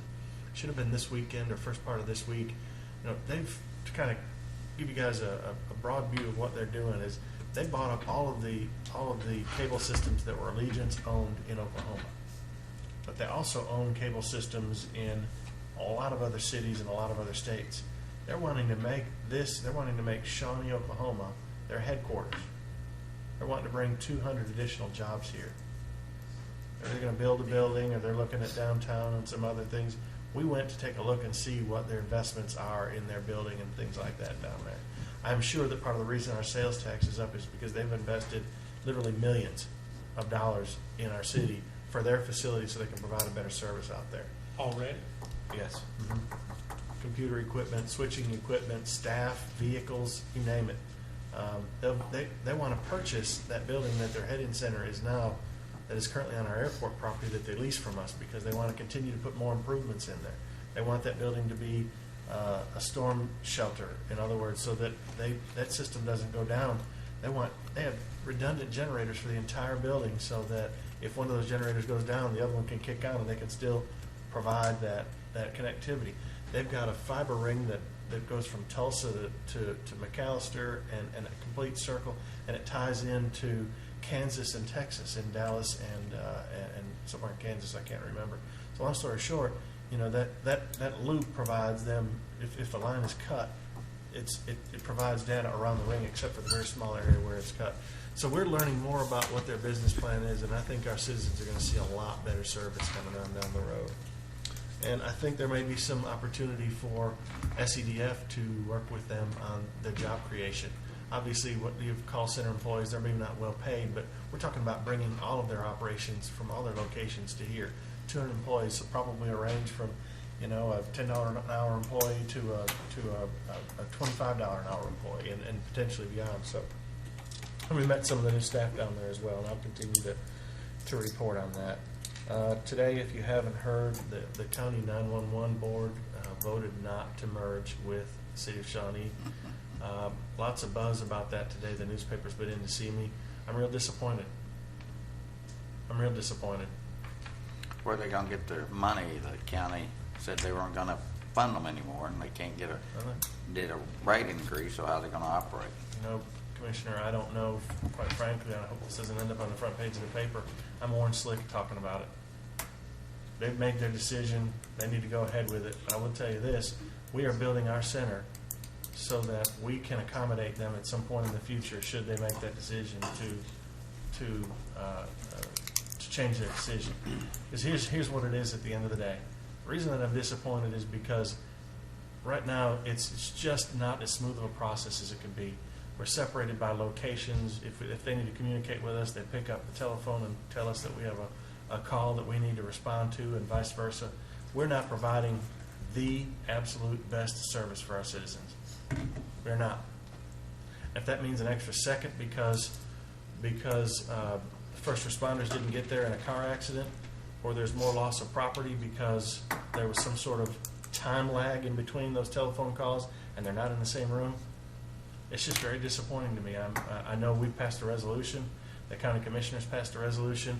We've been to visit different sites. We've kind of been honing in on potentially the Muskogee model or something that looks like that, or the Lawton model. We had a meeting scheduled for tomorrow morning where we could have some more of these discussions. They had a meeting this morning and had it on their agenda and just decided not to do it. So, Did they say why? I was not at the meeting. I did meet with our staff member that went, Chrissy, who is our dispatch manager, and she said that essentially the comments were around the table that Shawnee PD would be running it and Shawnee PD would be priority instead of all of their needs, which that's an insult to my staff and myself, because we're professionals, and we would handle those calls based on need, not because of some political reason. So that's all I really know, Commissioner. And that, from the bottom of my heart, is the truth. We would be professional about it, and we would, if there's a code blue, which means that somebody's not breathing, that obviously takes priority over somebody that's fallen or whatever. And I'm not even schooled or educated on that. I don't know what those priorities are. They do. That's why we train them and hire them to do that. So that's all I know. So that's just a report for everybody to understand what's going on. We've had issues with our downtown homeless. I've heard lots of reports that things are getting better down there. We've talked a little bit month in, month out about what we're doing. A couple of things have happened in the last month. Tim and I met with the BNSF yardmaster. didn't get very far with, and we were wanting some of those areas that have a lot of tree cover where they're congregating to be cleaned out.